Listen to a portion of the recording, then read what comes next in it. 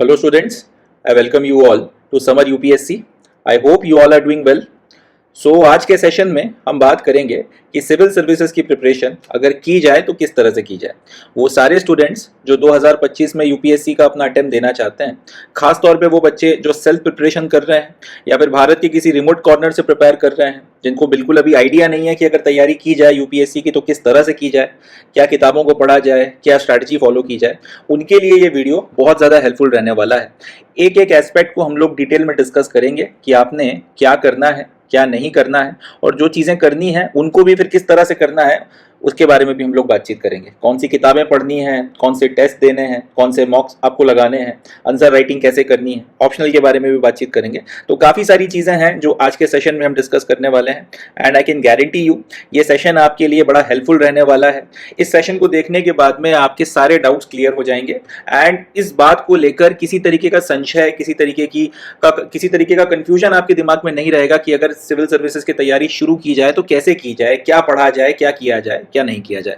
So now without any further ado शुरू करते हैं इस सवाल का जवाब तलाशना कि आखिर 2025 में वो सारे बच्चे जो सिविल सर्विसेज का अपना अटेम्प्ट देना चाहते हैं उनके लिए स्ट्रैटेजी क्या रहनी चाहिए, किस कार्य प्रणाली का उनको पालन करना चाहिए ताकि वो ना सिर्फ सिलेक्शन ले सकें बल्कि एक अच्छी रैंक के साथ सिलेक्शन ले सकें और अपनी मनचाही सर्विस ज्वाइन कर सकें।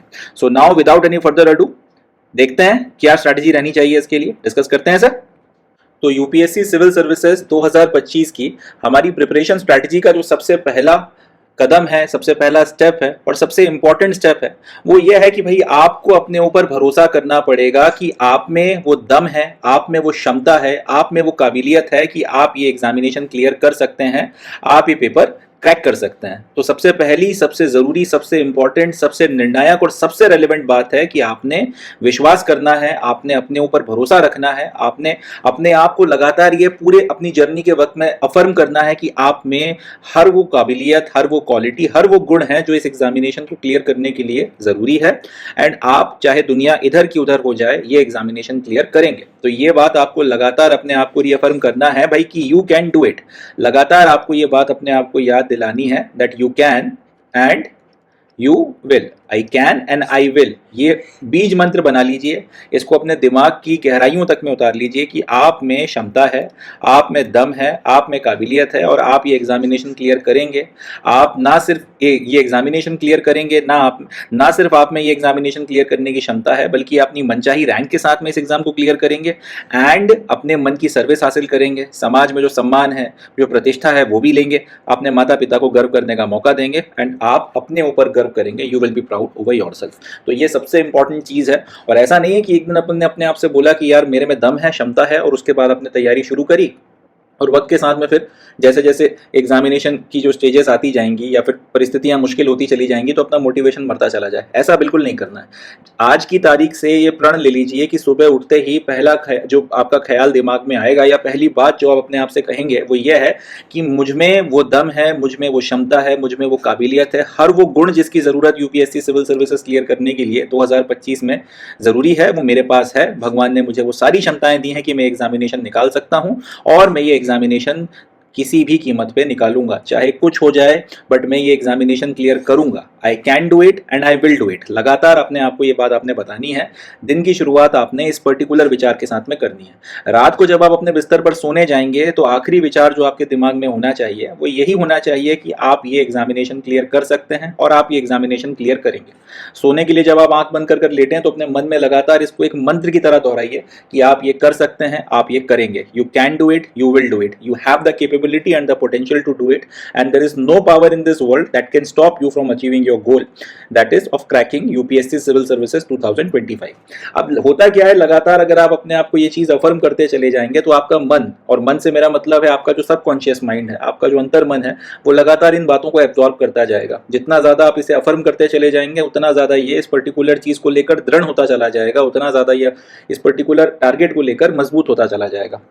इसका फ़ायदा ये होगा कि जैसे जैसे इस एग्जामिनेशन के लिए एक्स्ट्रा एफर्ट देना होगा, लंबे वक्त तक आपको प्रिपरेशन करनी है, लंबे वक्त तक आपको जो है मेहनत करनी है, डटे रहना है, तब ये अंतर्मन आपके काम आएगा। तब ये जो लगातार सेल्फ अफर्मेशन है ये एक संजीवनी बूटी की तरह आपके लिए काम करेगी, एक जादू की तरह, एक मैजिक की तरह ये आपके लिए काम करेगी। तो सबसे इंपॉर्टेंट, सबसे पहला स्टेप जो मैं अपने हर स्टूडेंट से कहता हूँ, एंड जितने भी बच्चे इस वीडियो को देख रहे हैं उनसे भी मैं कहूँगा, ये आपने करना ही है, इसे आप बिल्कुल नज़रअंदाज नहीं कर सकते। ये सबसे इंपॉर्टेंट स्टेप है, इसे किए बिना बाकी सारी चीजें आपको वो रिजल्ट नहीं देंगी जो आप चाहते हैं। लगातार अपने आप से बोलिए, कंटिन्यूसली बोलते रहिए जब तक एक दीवानेपन की तरह, एक पैशन की तरह, एक पागलपन की तरह ये आपके दिमाग पर सवार ना हो जाए, जब तक आपका मन इस बात को एक्सेप्ट ना कर ले कि आप में हर वो गुण, हर वो क्षमता, हर वो काबिलियत, हर वो कैपेबिलिटी है जो इस एग्जामिनेशन को क्लियर करने के लिए ज़रूरी है। और आप ये एग्जामिनेशन चाहे दुनिया इधर की उधर हो जाए, इसको क्लियर कर रहेंगे।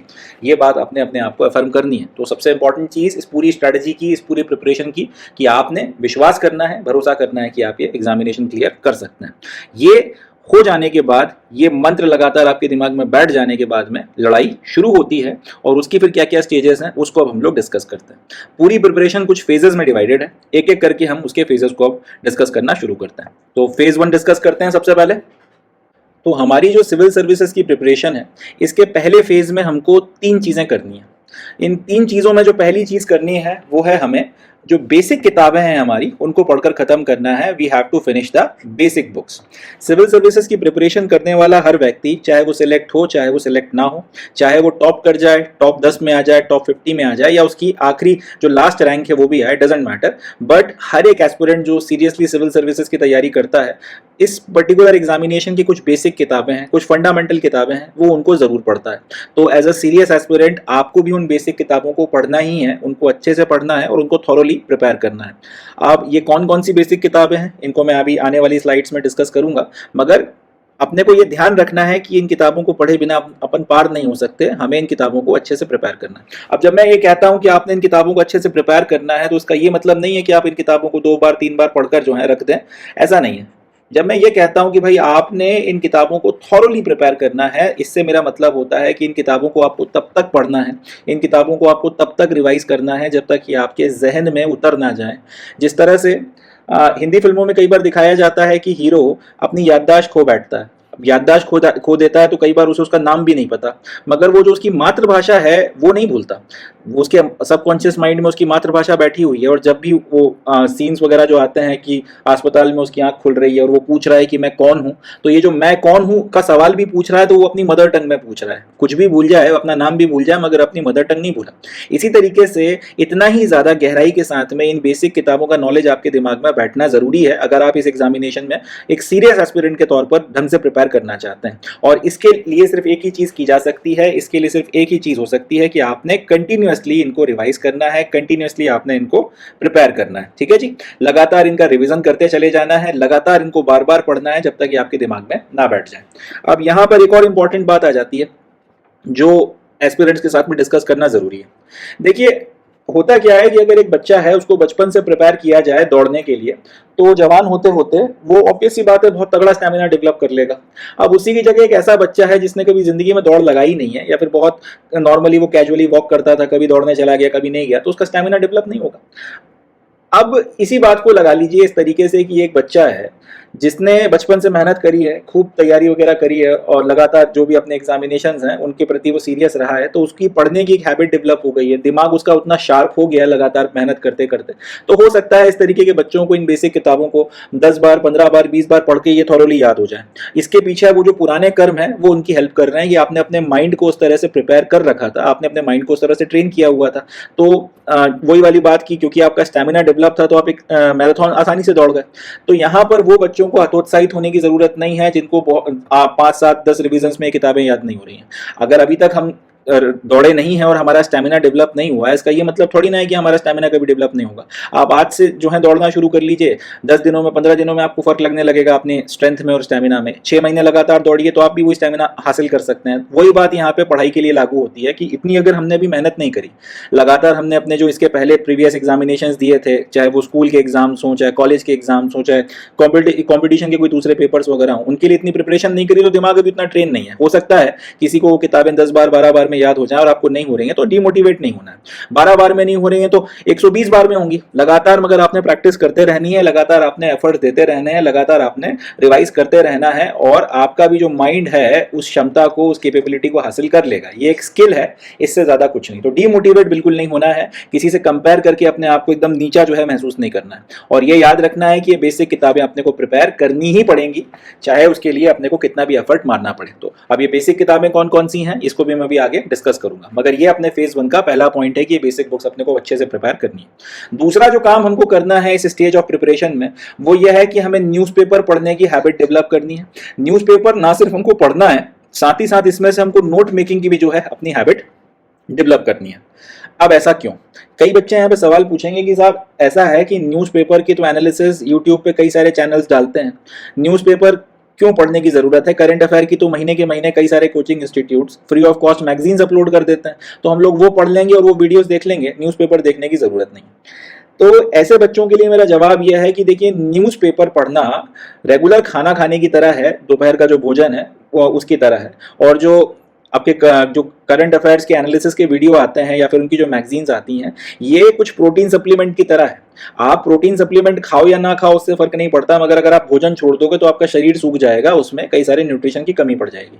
अगर आप खाना छोड़ के सिर्फ प्रोटीन सप्लीमेंट पे जिंदा रहने की कोशिश करोगे तो भी उसके गलत नुकसान होंगे। एग्जैक्टली उसी तरीके से अगर आप न्यूज़पेपर नहीं पढ़ोगे तो न्यूज़पेपर ना पढ़ने के चलते आप पहले ही दिन से जो है प्रिपरेशन में कहीं ना कहीं पीछे छूट जाओगे, कहीं ना कहीं आप कह सकते हैं कि लैग करने लगोगे।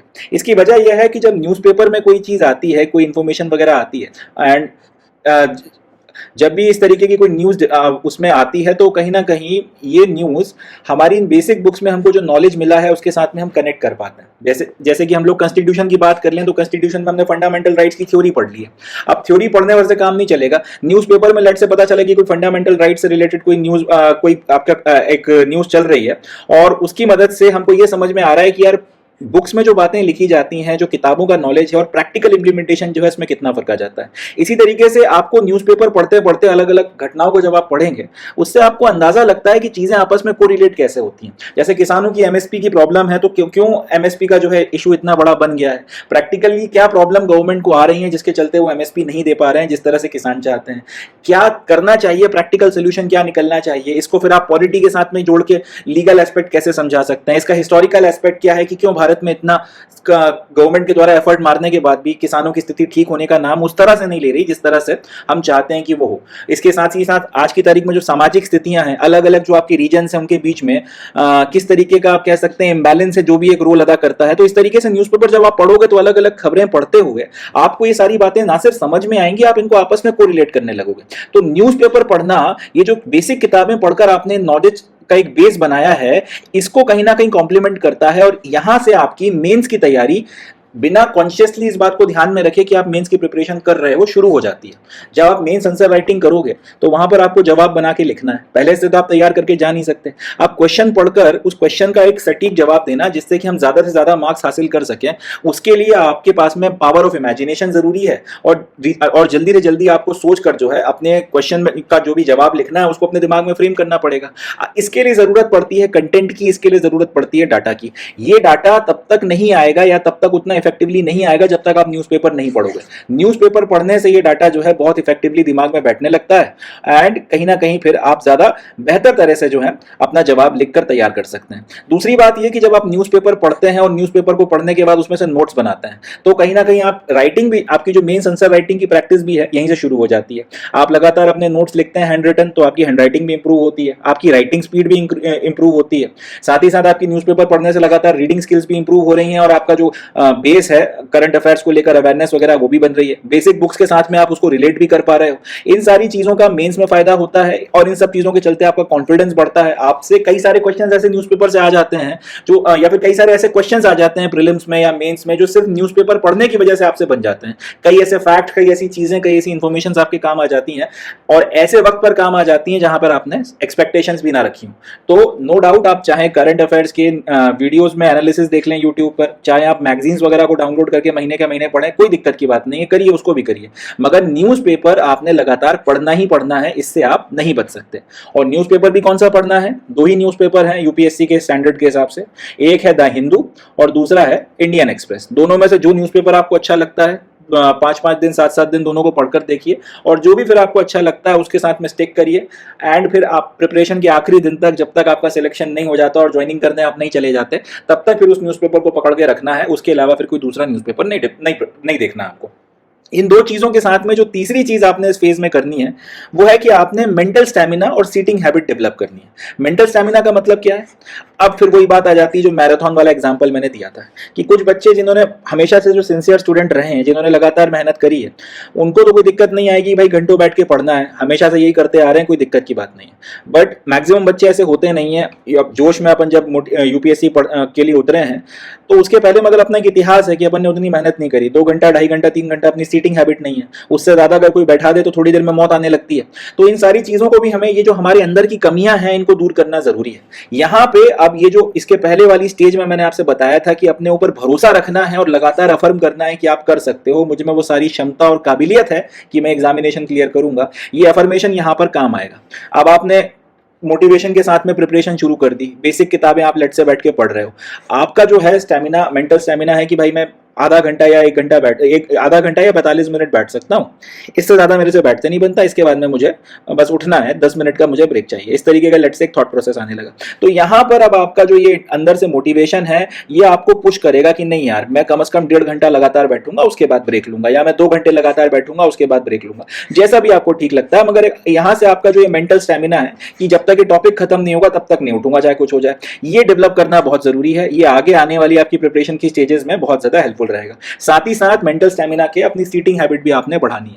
वैसे तो लोग कहते हैं कि 40-40 मिनट आपने पढ़ना है और उसके बाद ब्रेक ले लेनी चाहिए, मेरा मानना है ये सब कुछ ये बातों का कोई रेलेवेंस नहीं है। आपने तब तक पढ़ना है जब तक आप पढ़ सकते हैं, जितनी आपकी क्षमता है, और फिर आपने ब्रेक लेना है जब आपको अंदर से लगे कि यार अब ब्रेक ले लेना चाहिए, बहुत हो गया, थोड़ा सा मेरे को थोड़ा सा जो है रेस्ट चाहिए, तब आपने ब्रेक लेना है। अब उसके पहले आप चाहे 2 घंटे बैठ सकते हैं तो 2 घंटे बैठिए, 3 घंटे बैठ सकते हैं तो 3 घंटे बैठिए। और पढ़ाई में फिर ये नहीं है कि मुझे मतलब इतना, ये मेरी घड़ी ने ये काटा इस पे आ गया या इस इतने मिनट निकल गए तो अब मुझे ब्रेक लेना ही लेना है, ऐसा नहीं। आप जितना बैठ सकते हैं और जितना लंबी अपनी सीटिंग हैबिट को बना सकते हैं, जितना अपनी क्षमता बढ़ा सकते हैं, वो आपने करना ही करना है।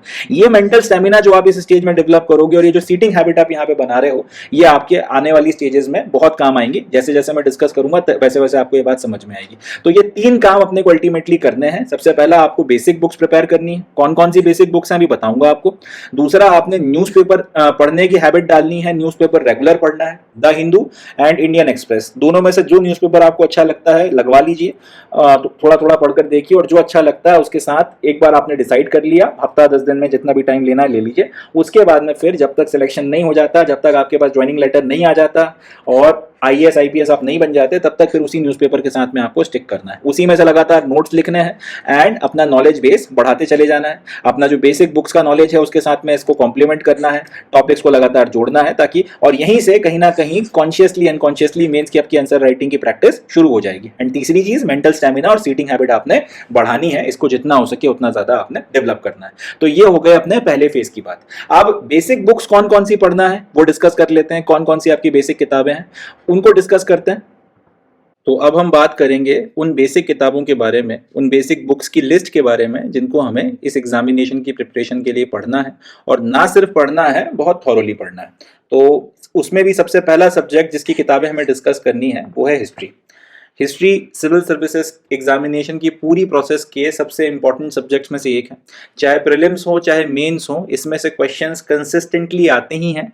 ऐसा हो नहीं सकता कि सिविल सर्विसेज का प्रीलिम्स का पेपर हो और उसमें इतिहास से सवाल ना पूछे जाएं। एंड मेंस में तो फिर जीएस का जो पेपर है, जीएस 1 के नाम से जो पेपर है, पहला पेपर, प्रोमिनेंटली उसमें हिस्ट्री के ही क्वेश्चंस आते हैं। तो हिस्ट्री सिविल सर्विसेज के बहुत इंपॉर्टेंट, सबसे इंपॉर्टेंट सब्जेक्ट्स में से एक है, और इसकी जो आपकी बेसिक किताबें हैं सबसे पहले हम लोग डिस्कस करेंगे। अब वो बच्चे जिन्होंने क्लास 10th के बाद स्कूल में हिस्ट्री को नहीं पढ़ा या कभी छुआ नहीं, फिर कभी पलट के नहीं देखा, उनके लिए बता दूं, इतिहास को 3 हिस्सों में डिवाइड किया जाता है, हिस्ट्री को 3 पार्ट्स में डिवाइड कर पढ़ा जाता है। सबसे पहला जो हिस्सा होता है इसको हम लोग बोलते हैं एंशिएंट, दूसरा जो पार्ट है उसको हम बोलते हैं मिडीवियर, और तीसरा जो पार्ट है उसे हम कहते हैं मॉडर्न। तो हिस्ट्री अपने आप में 3 हिस्सों में या 3 सब्जेक्ट्स में डिवाइड हो जाती है। एंशिएंट हिस्ट्री, दूसरा है मेडिवल हिस्ट्री और तीसरा है मॉडर्न हिस्ट्री। तो एक एक करके इनकी स्टैंडर्ड बुक्स को देखते हैं। सबसे पहले एंशिएंट हिस्ट्री की बात करते हैं। एंशिएंट हिस्ट्री में आपको 3 किताबें पढ़नी है। उसमें जो पहली किताब है वो है तमिलनाडु बोर्ड की क्लास 11 की एंशिएंट हिस्ट्री की किताब, जिसका नाम है एंशिएंट इंडिया। इसको आपको कहीं से खरीदने की जरूरत नहीं है। इंटरनेट पे Tamil Nadu board class 11 history text book डालिएगा, वहां पे आसानी से मिल जाती है। इसका पीडीएफ वहां से डाउनलोड कर लीजिए और उसको प्रिंट निकलवा लीजिए। और इस किताब के साथ में आपको एंशिएंट हिस्ट्री की शुरुआत करनी है। वो बच्चे जिनको बिल्कुल ही आइडिया नहीं है एंशिएंट हिस्ट्री के बारे में, उनके लिए ये किताब एक बहुत अच्छी शुरुआत हो सकती है। उसकी वजह यह है कि इसमें बड़े छोटे छोटे चैप्टर्स लिखे गए हैं, बहुत सिंपल इंग्लिश का इस्तेमाल किया गया एंड बहुत ऑन टू द पॉइंट बात की गई है। आपको पूरा एक सीक्वेंस समझ में आ जाएगा कि एंशिएंट हिस्ट्री कहाँ से शुरू होती है और कहाँ तक जाती है। जो अर्ली टाइम पीरियड में अर्ली सेटलमेंट्स हुआ करते थे अर्ली मैन के वक्त में, वो हो गए, या फिर उसके बाद में हड़प्पन सिविलाइजेशन हो गई। हड़प्पन सिविलाइजेशन के बाद में 6th सेंचुरी में बुद्धिज्म एंड जैनिज्म हो गया। 16 महाजनपदों का जो पूरा आपका शुरुआत है वो हो गई। उसमें फिर मगध की जो महाजनपद है उसका जो उदय था, उसके बाद में मौर्यन एम्पायर कैसे आता है, उसके बाद में मौर्यन एम्पायर का डिस्लाइन कैसे होता है, उसके बाद फिर कौन सा एम्पायर आता है। ऐसे करते करते पूरा आपको सीक्वेंस समझ में आ जाता है और बहुत आसान और बहुत सिंपल लैंग्वेज में इस किताब को लिखा गया है। तो आपको बहुत अच्छा भी लगेगा पढ़ने में, बहुत मजा भी आएगा। तो ये किताब आपने पढ़नी है, अच्छे से प्रिपेयर करनी है, मल्टीपल टाइम्स आपने इसे रिवाइज करना है और इसकी मदद से आपको एंशिएंट हिस्ट्री में जाने का मौका मिलेगा। आपको समझ में आएगा कि भाई कंटेंट क्या है। अच्छा, एक बात और कि इस किताब में से आपको नोट्स नहीं बनाने हैं, ये बहुत इंपॉर्टेंट पॉइंट है। क्लास 11 तमिलनाडु की जो किताब है उसको लिखा ही इस तरीके से किया है कि आप उसे अच्छे से अगर रिवाइज कर लो तो वो लगभग लगभग पूरी याद हो जाती है। एंड मोर और लेस पूरी किताब नोट्स के फॉर्मेट में लिखी गई है, तो आपको अलग से उसमें से छांट कर और नोट्स लिखने की जरूरत नहीं है। एंड इसको ऐसा नहीं पढ़ना है कि इसका एक चैप्टर पढ़ लिया तो दूसरा चैप्टर इसके बाद कभी और देखूंगा, फिर तीसरा चैप्टर कभी और देखूंगा। इसे एक कहानी की तरह, एक कंटिन्यूअस कहानी की तरह, एक नॉवेल की तरह आपने जो है बार बार रिवाइज करना है, अच्छे से पढ़ना है। एंड एक नॉवेल की तरह, एक किस्से कहानियों की किताब की तरह आपने इसको पढ़ोगे तो फिर आपको ज्यादा बेहतर तरीके से समझ में आएगी और हिस्ट्री के प्रति आपके जो बेसिक्स हैं वो क्लियर हो जाएंगे। इसे आप ऐसे समझ सकते हैं कि यहाँ पर आपके इतिहास की, एंशिएंट हिस्ट्री की एबीसीडी जो है अच्छे, या फिर एबीसीडी आपको सीखने को मिलेगी। एबीसीडी के बाद आपने स्पेलिंग्स बनाना भी सीख ली हैं, आपने सेंटेंसेस लिखना भी सीख ली हैं, और अब आप जो हो बेसिक नॉलेज के साथ में जैसे हम लोग ये बेसिक नॉलेज हो गया तो लैंग्वेज सीख लेते हैं, उसी तरीके से अब हिस्ट्री के इस बेसिक नॉलेज के साथ में अब आप सीरियस प्रिपरेशन के लिए तैयार हो। तो एक बार जब आपने तमिलनाडु बोर्ड की इस किताब को पढ़ के अच्छे से प्रिपेयर कर लिया, फिर आप क्लास 11th की एक ओल्ड एनसीईआरटी आती है, अब तो खैर नहीं चलती, और वो किताब लिखी थी आर एस शर्मा साहब ने, तो उन्हीं के नाम से किताब मिलती है, old NCERT class 11th R S Sharma. ये भी आपने कहीं से खरीदने की जरूरत नहीं है, इंटरनेट पे इसका नाम डालिए, आसानी से अवेलेबल है, वहां से आप इसे डाउनलोड कर लीजिए पीडीएफ और इसका प्रिंट आउट निकलवा लीजिए। अब इस किताब के साथ में कायदे से हमारी सही और सीरियस प्रिपरेशन जो है सिविल सर्विसेज के लिए, चाहे वो प्री हो चाहे वो मेन्स हो, वो शुरू होगी। ये किताब आपने इत्मीनान से धीरे धीरे पढ़नी है और इस किताब में से आपने नोट्स लिखना है, ठीक है, ये इंपॉर्टेंट है, ध्यान रखिएगा। तमिलनाडु क्लास 11th की जो किताब है उसमें उसको सिर्फ आपने पढ़ना है और उससे आपने अपना, जैसे इंग्लिश में हम लोग पहले अल्फाबेट सीखते हैं, फिर स्पेलिंग सीखते हैं, फिर सेंटेंस सीखते हैं, उसी तरीके से, और भाषा का जो है हमारा बेसिक बनता है, उसी तरह से इस किताब को पढ़कर आपने अपना एंशिएंट हिस्ट्री का बेसिक बनाना है, इसमें से नोट्स नहीं लिखना है। आर एस शर्मा जो है बेसिकली एक अंग्रेजी के बहुत, आप कह सकते हैं, परिष्कृत नॉवेल की तरह है, जिसको पढ़ने के लिए अब आपके पास में इंग्लिश का अच्छा नॉलेज होना चाहिए, जो अपन ने हासिल कर लिया। तो वही बात यहाँ पर है, आपको हिस्ट्री का बेसिक नॉलेज है, अब ये किताब आपको अच्छे से समझ में आएगी। अगर आप पहली फुर्सत में तमिलनाडु बोर्ड की किताब पढ़े बिना आर एस शर्मा पे कूद जाएंगे तो वो समझ में नहीं आती। तो अब आपको, क्योंकि बेसिक नॉलेज है, इसके बाद में आप आर एस शर्मा को पढ़िए, धीरे धीरे पढ़िए, एक चैप्टर को 2-3 बार पढ़िए और उसके बाद में इसमें से नोट्स लिखकर प्रिपेयर कर लीजिए। एक बार जब आपके नोट्स इसमें से बनकर तैयार हो गए, उसके बाद में आपको आर एस शर्मा पढ़ने की जरूरत नहीं है, और तमिलनाडु बोर्ड आप चाहे तो मन बहलाने के लिए पढ़ लीजिए, चाहे तो ना पढ़िए, मगर इन नोट्स को आपने फिर लगातार रिवाइज करना है, लगातार इन नोट्स को आपने कंटिन्यूअसली पढ़ना है। जब तक आपकी प्रिपरेशन एंड नहीं हो जाती है तब तक इनका नॉन स्टॉप कंटिन्यूअस रिवीजन आपने लगातार पीरियोडिकली करना ही करना है, और ये आपके खून में बहने लगना चाहिए, इतना अच्छे से इनको आपने प्रिपेयर करना है। ये हो गया।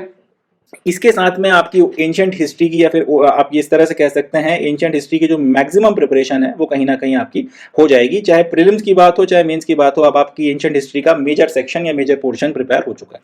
इसके बाद में जो तीसरी किताब आपने एंशिएंट हिस्ट्री के लिए पढ़नी है वो है क्लास 12th हिस्ट्री की एनसीईआरटी की पहली किताब।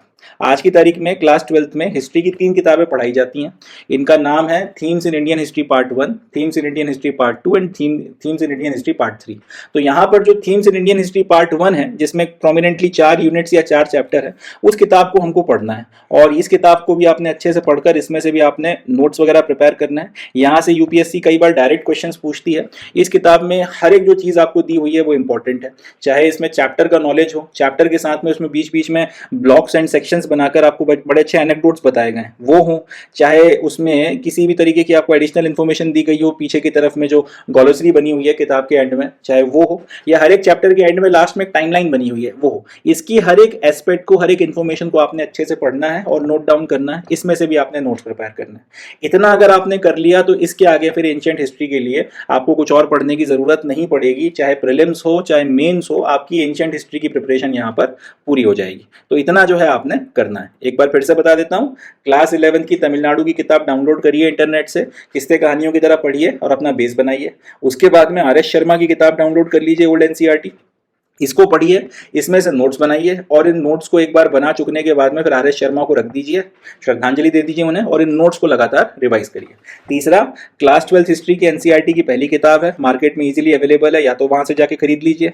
नहीं मिलती है, अगर आप रिमोट एरिया में रहते हैं तो एनसीईआरटी की वेबसाइट पर जाकर वहां से इसका पीडीएफ डाउनलोड कर लीजिए और इस किताब को इत्मीनान से पढ़िए, डिटेल में इसको पढ़िए। जितने भी इसके एस्पेक्ट्स हैं, जितने भी इसमें फैक्ट्स इन्फॉर्मेशन दी हुई हैं, सारे जो है नोट डाउन कर लीजिए और उसको भी फिर चाहे तो किताब खोलें चाहे तो ना खोलें, एंड उनको फिर आप रिवाइज करिए। इतना अगर आप कर लेते हैं तो यूपीएससी सिविल सर्विसेज के लिए आपको एंशिएंट हिस्ट्री में कुछ और पढ़ने की जरूरत इसके आगे नहीं पड़ेगी। बट ये जरूर है कि जितनी भी ये किताबें भी आपने अगर पढ़नी है तो उतनी बार पढ़नी है कि जब इसमें वर्बिटम आपको सब कुछ शब्द बाय शब्द अच्छे से कॉन्फिडेंटली दिमाग में बैठ जाए। तो इससे ज्यादा एंशिएंट हिस्ट्री में कुछ और करने की जरूरत नहीं। फिर हम आते हैं मिडिवल हिस्ट्री में। मोर और लेस हमको यही प्रोसीजर मिडिवल हिस्ट्री के साथ में भी दोहराना है। यहाँ पर हमको 3 किताबें पढ़नी है। मिडिवल हिस्ट्री की शुरुआत आप चाहें तो, आपकी मर्जी आप कैसे करना चाहते हैं। आप चाहें तो क्लास 7 की एनसीईआरटी की किताब आती है, आप उसको भी उससे भी शुरू कर सकते हैं। पहले आप उसको पढ़ लीजिए, उसमें से नोट्स बना लीजिए, फिर उसके बाद में आप क्लास 11 की ओल्ड एनसीईआरटी पढ़ लीजिए और उसके बाद क्लास 12 की किताब पढ़ लीजिए।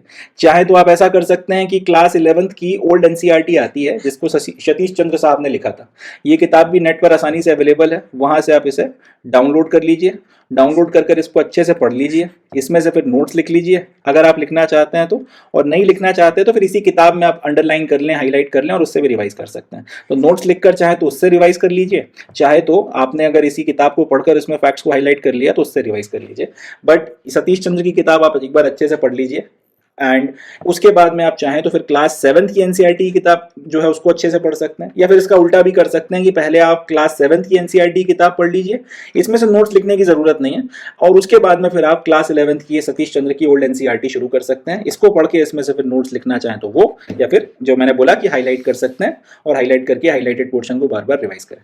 दूसरा काम जो आपने करना है, क्लास 12 की एनसीईआरटी की जो दूसरी किताब है themes in Indian history part 2, ये आपने पढ़नी है और ये आपने यहाँ पे बहुत ज्यादा डिटेल में आपने पढ़नी है। ठीक है जी।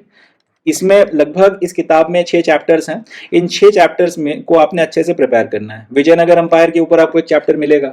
अर्ली जो ट्रैवलर्स भारत में आए हैं उन्होंने भारत के बारे में जो इतिहास लिखा है उसके बारे में आपको एक चैप्टर मिलेगा।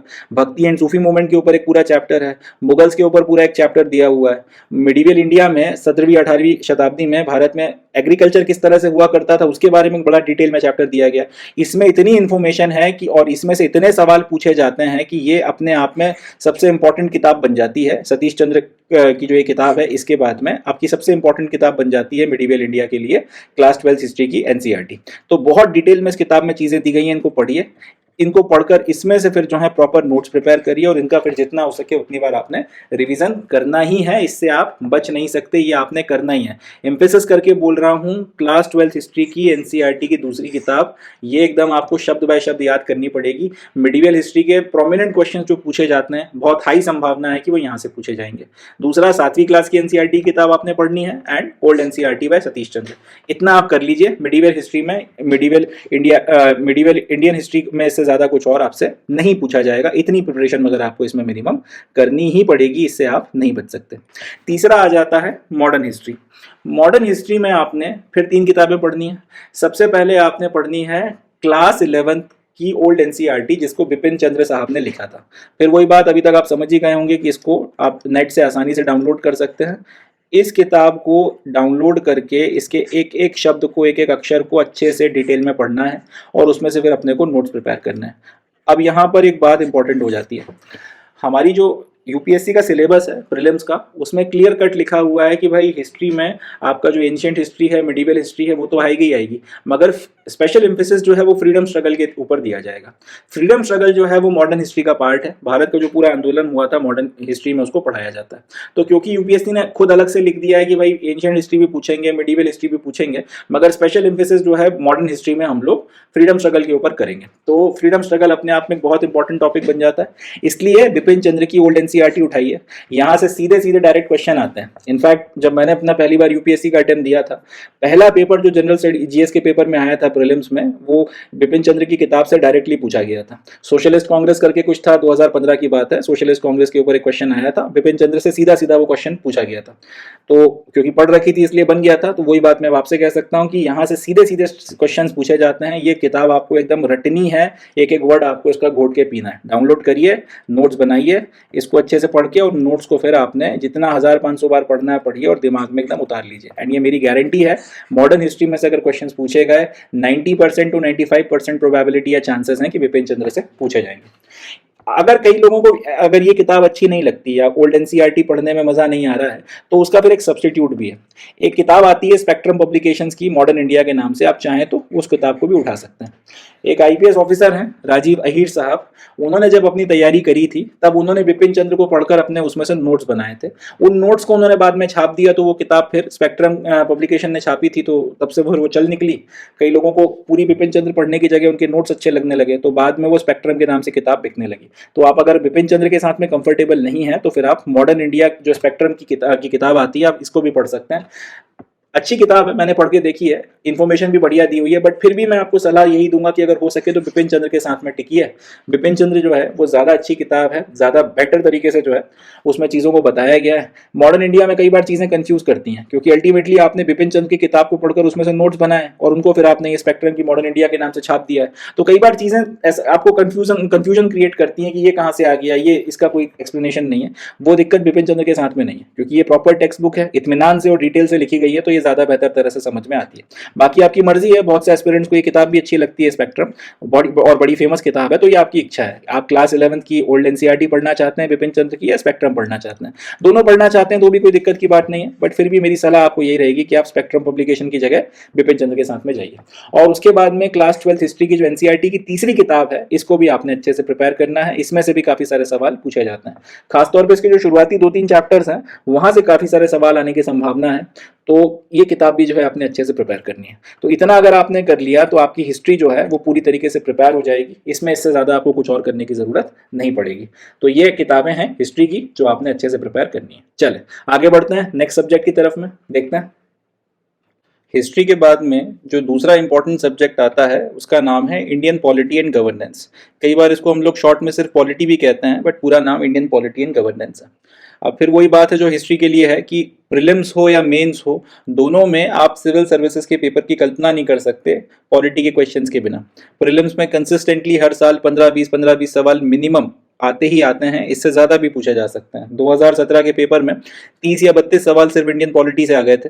तो प्रीलिम्स में इसमें से लगातार क्वेश्चंस आते ही हैं। काफ़ी स्कोरिंग सब्जेक्ट है and almost her serious aspirant इसमें से आने वाले लगभग सारे सवालों को हल कर ही लेता है।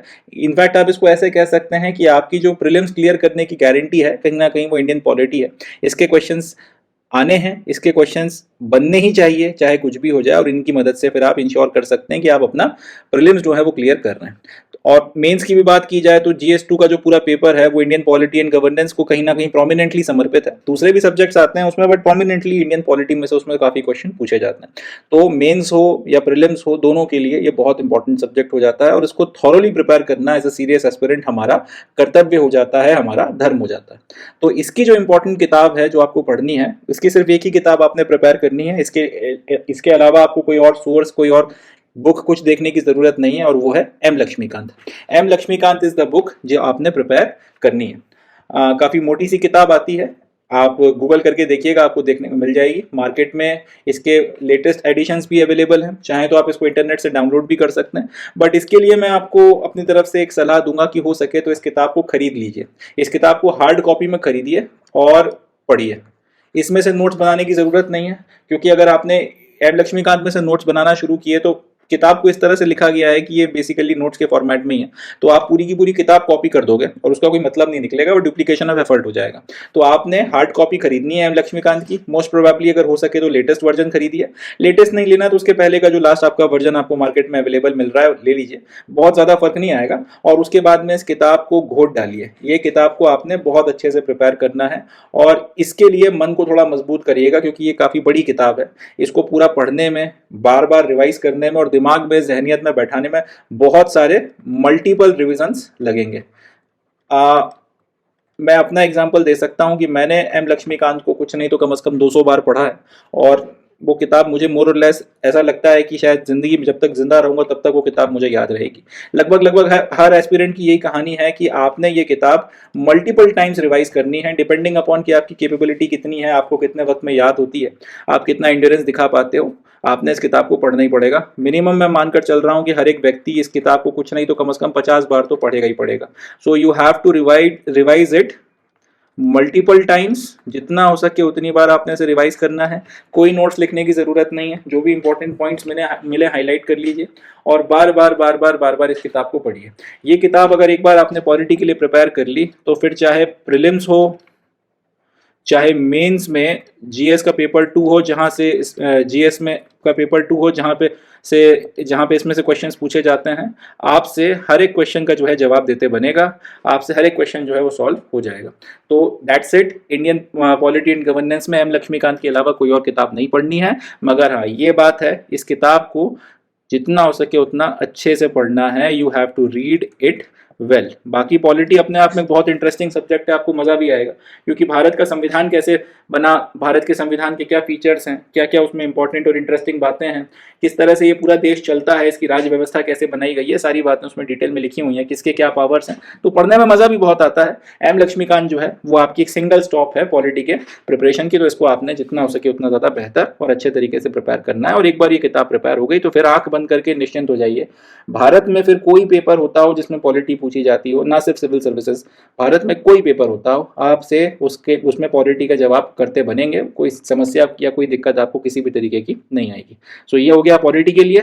अब बढ़ते हैं नेक्स्ट सब्जेक्ट की तरफ, जिसका नाम है ज्योग्राफी। तो ज्योग्राफी में हमको जो किताबें पढ़नी है, सबसे पहले तो एनसीईआरटीज़, 6वीं से लेके 12वीं तक की जितनी भी एनसीईआरटीज़ हैं सारी खरीद लीजिए मार्केट से।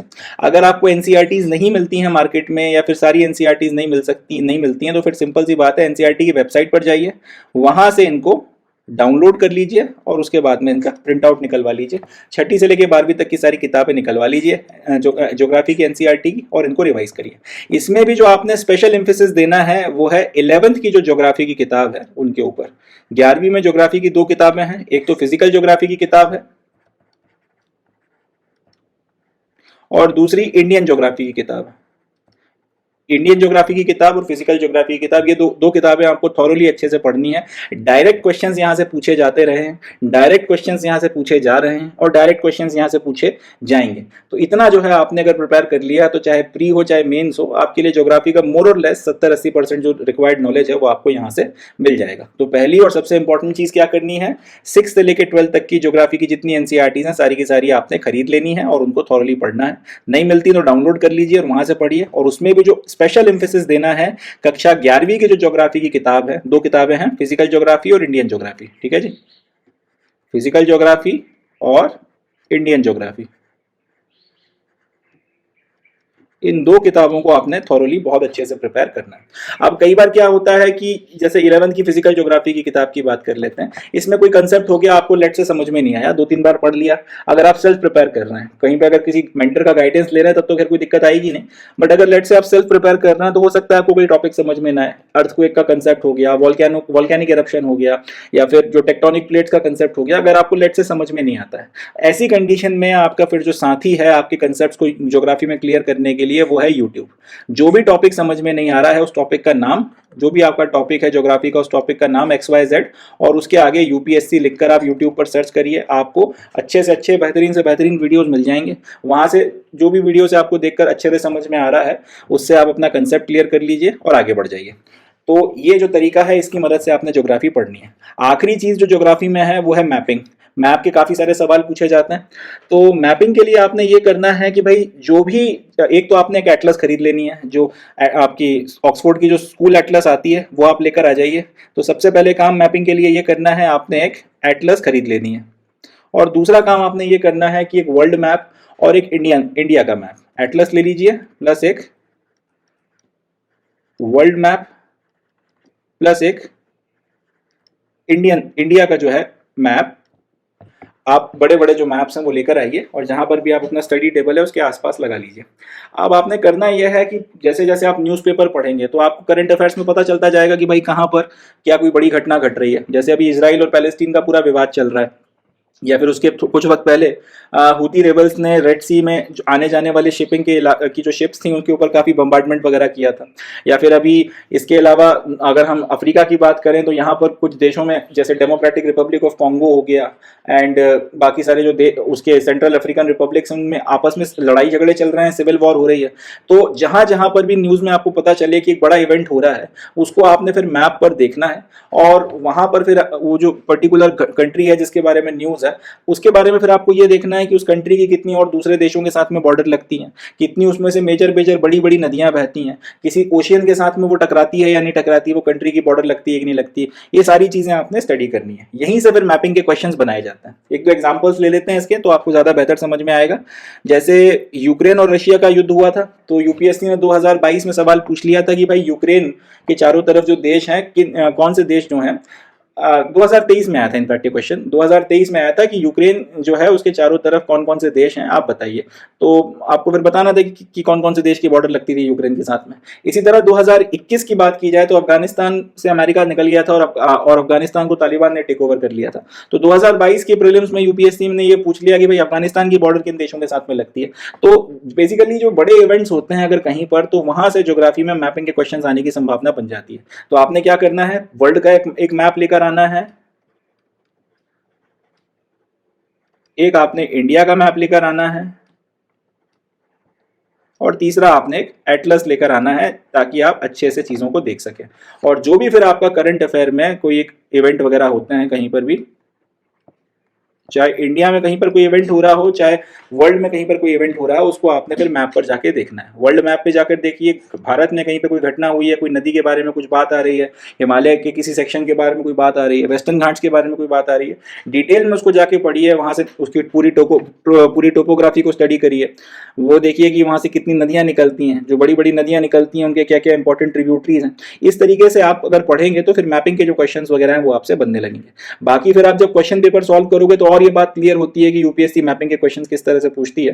तो वो अपने आप में एक एक्सपीरियंस है, धीरे धीरे ही समझ में आता है कि किस तरह से किस बेंट ऑफ माइंड के साथ पढ़ना है, किस न्यूज़ को ज्योग्राफिकली आपने जो है या ज्योग्राफी में मैपिंग के पॉइंट ऑफ व्यू से आपने इंपॉर्टेंस देनी है, किसको नहीं देनी है, वो वक्त के साथ में समझ में आता है। धीरे धीरे वो आपके अंदर वो पर्टिकुलर जो हैबिट है वो डेवलप होगी। तो ज्योग्राफी में इससे ज्यादा कुछ और आपने को करने की जरूरत नहीं है। 6वीं से लेकर 12वीं तक की एनसीईआरटी, कोई कंसेप्ट समझ में नहीं आया तो यूट्यूब, और मैपिंग के लिए मैप्स ले लीजिए, और जो भी करंट अफेयर की घटनाएं हो रही हैं कहीं पर तो उन इलाकों को आपने स्टडी अच्छे से करना है। इससे ज्यादा ज्योग्राफी में कुछ और पढ़ने की जरूरत नहीं है, ना प्रीलिम्स के लिए ना मेंस के लिए।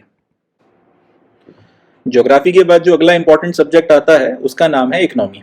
इकोनॉमी में भी प्रीलिम्स की अगर हम बात करें तो हर साल 15-20 सवाल लगातार पूछे जा रहे हैं, एंड मेंस में पूरा का पूरा एक पेपर जो GS3 है वो इंडियन इकोनॉमी के प्रति डेडिकेटेड है। तो येट अगेन चाहे प्रीलिम्स हो चाहे मेंस हो, दोनों के लिए इकोनॉमी एक इंपॉर्टेंट सब्जेक्ट हो जाता है और इसके बारे में भी अच्छा नॉलेज होना हमें जरूरी है। अब इकोनॉमी की जो किताबें पढ़नी है वो कौन कौन सी हैं, तो इकोनॉमी के लिए सबसे पहले आपको 11th और 12th की जो एनसीईआरटी की किताबें हैं इकोनॉमी की, वो अच्छे से पढ़ना जरूरी है। इसमें भी जब आप 11th की एनसीईआरटी की किताब पढ़ते हो तो इसमें पूरा बताया गया है कि 1947 के बाद से भारत की जो इकोनॉमी है उसने क्या रास्ता पकड़ा था, क्या हमारी पॉलिसीज रही हैं, किस तरीके से हम लोग आगे बढ़े थे। 1947 से फिर 1991-92 में क्या वो नौबत आ गई कि हमको लिबरलाइजेशन, प्राइवेटाइजेशन और ग्लोबलाइजेशन, या फिर एलपीजी रिफॉर्म्स करने की नौबत आ गई। ये सारी चीज़ें आपको देखने को मिलती हैं क्लास 11 की एनसीईआरटी में, और कुछ सवालों के जवाब आपको मिल जाते हैं कि भारत की इकनॉमी आज की तारीख में जैसी है तो वैसी ही क्यों है, क्या रास्ता या फिर क्या सफर तय कर कर इंडियन इकोनॉमी आज की जो स्थिति है वहां पर पहुंची है, और भारत की इकोनॉमी का जो प्राइम आपका जो फैक्टर, जो आप कह सकते हैं ड्राइविंग फैक्टर है, वो क्या है, कौन सा सेक्टर जो है भारत की इकोनॉमी में सबसे ज्यादा कंट्रीब्यूट करता है, कौन से सेक्टर में सबसे ज्यादा लोग लगे हुए हैं, ये सारे सवालों के जवाब जो है आपको यहाँ से मिलते हैं। तो ये एक इंपॉर्टेंट आपका कह सकते हैं किताब है जो आपकी इकोनॉमी की अंडरस्टैंडिंग को जो है बहुत बेहतर तरह से डेवलप करती है। उसके बाद में क्लास 12 की इकोनॉमी आप पढ़ते हो तो आपको जो बैंकिंग हो गया, फाइनेंस हो गया, इसके फंडामेंटल्स क्लियर होते चले जाते हैं। तो क्लास 11 और क्लास 12 की इकोनॉमी की किताबें आपको अच्छे से प्रिपेयर करनी है। एक बार जब ये हो जाए, आपका बेसिक प्रिपेयर हो जाए, उसके बाद में फिर आप थोड़ा सा एडवांस मटेरियल की तरफ में जाते हो। एडवांस मटेरियल की बात की जाए तो फिर एक ही सोर्स मैं आपको रिकमेंड करूंगा जो आपको इकोनॉमी के लिए लेना चाहिए, वो है मृणाल सर। मृणाल सर के वीडियोस हों या उनके नोट्स हों, उनके हैंडआउट्स हों, वो मोर देन इनफ हैं, चाहे प्रीलिम्स हो चाहे मेंस हो, दोनों के लिए। पहले मृणाल सर अपना खुद का एक यूट्यूब चैनल चलाते थे, तो उस पर उनका काफ़ी सारा कंटेंट डला हुआ है, आप वहाँ से जाकर वो भी देख सकते हैं, या फिर आजकल वो अनअकैडमी पे पढ़ाते हैं तो आप उसका भी कंटेंट जो है रेफर कर सकते हैं। बट मृणाल इकोनॉमी भारत में मिलने वाला इकोनॉमी का सबसे अच्छा कोर्स है, सबसे बढ़िया आप कह सकते हैं कंटेंट वहाँ पर अवेलेबल है, बहुत अच्छे से और बहुत सिंपल तरीके से वो पढ़ाते हैं, तो आसानी से आपको समझ में भी आ जाता है। अगर आप मृणाल के साथ नहीं जाना चाहते तो फिर किसी दूसरी कोचिंग मटेरियल, किसी दूसरी कोचिंग का जो इकोनॉमी के मटेरियल या नोट्स हैं, आप उनको भी रेफर कर सकते हैं, उससे भी आप अपना काम चला सकते हैं। जैसे कि वाजीराम जो है, उनके इकोनॉमी की एक पूरी की पूरी जो नोट्स या किताब आती है, वो बड़ी अच्छी किताब है, उससे भी, उसमें भी अच्छे से समझाया गया है चीज़ों को, तो उससे भी पढ़कर आपको काफ़ी कुछ समझ में आ जाएगा। तो जो आपको ठीक लगे आप उसके साथ में जा सकते हैं, मगर आपने ये कुल मिलाकर पढ़ना ही पड़ेगा, इसके बिना आपका काम नहीं चल सकता। सबसे पहले आपने एनसीईआरटीज अच्छे से प्रिपेयर करना पड़ेंगी, और उसकी मदद से आपका बेस बन जाएगा, आपको काफ़ी हद तक समझ में आ जाएगा कि इकोनॉमी की एबीसीडी क्या है भारत की। और उसके बाद में मृणाल, अगर हो सके तो प्रेफरेबली मृणाल के जो लेक्चर्स हैं उनको देखिए, मृणाल के लेक्चर्स एंड उनके जो हैंडआउट्स हैं इनको आप पढ़िए। इसके बाद में आपको कुछ और देखने की जरूरत नहीं पड़ेगी, और अगर ये नहीं तो फिर आप किसी भी कोचिंग का मटेरियल भी देख सकते हैं, इससे भी आपकी जो है प्रिपरेशन बहुत अच्छे से हो जाएगी। स्पेसिफिकली वाजीराम का जो कंटेंट आता है इकोनॉमी के लिए, वो काफ़ी बढ़िया कंटेंट है, उसको आप पढ़ें, उससे आपका अच्छे से जो है पूरा गुजारा हो जाएगा। एंड इससे ज़्यादा इकोनॉमी में कुछ और देखने की ज़रूरत नहीं है। इसके बाद में इकोनॉमी का जो तीसरा और सबसे इंपॉर्टेंट सोर्स है वो है न्यूज़पेपर। और क्योंकि मैंने आपको बता रखा है कि न्यूज़पेपर आपने कंटिन्यूसली पढ़ना है, तो इकोनॉमी में फिर जो भी चीज़ें हो रही हैं उसके ऊपर आपको कंटेंट यहाँ से लगातार मिलता चला जाएगा, उसमें से फिर आपने नोट्स प्रिपेयर करने हैं, और बस ये मोर देन इनफ है। 11वीं और 12वीं किताब पढ़ के आपका बेसिक और फंडामेंटल क्लियर हो गया। मृणाल सर या फिर कोई भी दूसरे कोचिंग के नोट्स अगर आपने लिए हैं तो उसकी मदद से आपकी एकदम बढ़िया शार्प प्रिपरेशन हो गई है। एंड करंट अफेयर्स को कवर करने के लिए न्यूज़पेपर के अलावा कोई और इंपॉर्टेंट, कोई और दूसरा सोर्स नहीं है, यहाँ से आप आपकी इकोनॉमी जो है बहुत अच्छे तरीके से प्रिपेयर कर सकते हैं। That's it, more than enough है, इससे ज़्यादा इसमें और कुछ करने की जरूरत नहीं है। चाहे प्री हो चाहे मेन्स हो, दोनों की प्रिपरेशन यहाँ से बहुत अच्छे से हो जाएगी। इकोनॉमी में इससे ज़्यादा कुछ और देखने की आपको जरूरत नहीं पड़ेगी। नेक्स्ट जो सब्जेक्ट है उसका नाम है इन्वायरमेंटल इकोलॉजी एंड बायोडाइवर्सिटी। अब ये सब्जेक्ट भी बहुत इंपॉर्टेंट है, यहाँ से भी लगातार कंसिस्टेंटली सवाल पूछे जा रहे हैं। कभी बहुत ज़्यादा क्वेश्चंस आ जाते हैं, कभी उतने क्वेश्चंस नहीं आते, कम क्वेश्चंस आते हैं, मगर क्वेश्चंस यहाँ से भी कंसिस्टेंटली पूछे जा रहे हैं। तो इन्वायरमेंटल इकोलॉजी एंड बायोडाइवर्सिटी के लिए सिर्फ 2 सोर्सेज हैं, इससे ज़्यादा आपको कुछ और करने की ज़रूरत नहीं है। सबसे पहले तो आप क्लास 12 की जो बायोलॉजी की किताब है एनसीईआरटी की, उसके आखिरी के 4 चैप्टर्स पढ़ लीजिए जिसमें बायोडाइवर्सिटी को डिस्कस किया गया। इन 4 चैप्टर्स को एक बार अगर आपने अच्छे से लिया तो आपको क्लियर हो जाएगा कि इन्वायरमेंटल इकोलॉजी क्या चीज है, इकोलॉजी की डेफिनेशन क्या है, बायोडाइवर्सिटी का क्या मतलब होता है, बायोम्स क्या होते हैं, अलग अलग तरीके के हैबिटेट क्या होते हैं, हैबिटेट लॉस से क्या नुकसान होता है।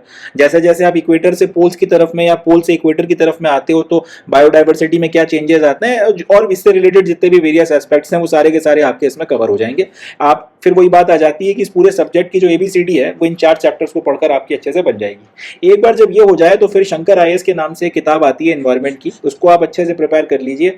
ये मोर देन इनफ है, जितना भी इस पर्टिकुलर सब्जेक्ट की आपकी रिक्वायरमेंट है वो सारी इससे पूरी हो जाएगी। बस इस किताब को आपने अच्छे से जितनी बार हो सके उतनी बार रिवाइज करना है ताकि आपके दिमाग में अच्छे से बैठ जाए। उससे ज़्यादा आपको कुछ और करने की ज़रूरत नहीं है। इस किताब का जितना हो सके उतना अच्छे से रिविजन करिए, एंड ये जो 4 चैप्टर्स हैं इसकी मदद से आप अपने जो फंडामेंटल्स हैं उनको अच्छे से बनाकर प्रिपेयर कर लीजिए। मोर देन इनफ है, इससे ज़्यादा कुछ और करने की इसमें ज़रूरत नहीं पड़ेगी। इन्वायरमेंटल इकोलॉजी एंड बायोडाइवर्सिटी आपका यहाँ पर अच्छे से प्रिपेयर हो जाएगा। नेक्स्ट जो सब्जेक्ट आता है उसका नाम है arts and culture. Arts and culture की खासियत यह है कि इसको आप इंडिविजुअली शुरू नहीं कर सकते। आर्ट्स एंड कल्चर पढ़ने के पहले आपको एंशिएंट हिस्ट्री का नॉलेज होना जरूरी है। तो इस चैप्टर अगर आप ये चाहो कि अपनी प्रिपरेशन की शुरुआत आप आर्ट्स एंड कल्चर से करो तो ये पॉसिबल नहीं हो पाएगा। इसके पहले आपको एंशिएंट हिस्ट्री अच्छे से पढ़ना पड़ेगा, एंशिएंट हिस्ट्री आपको भारत की अच्छे से समझना पड़ेगी, तभी आप उसके आर्ट्स एंड कल्चर को अच्छे से पढ़ सकते हैं।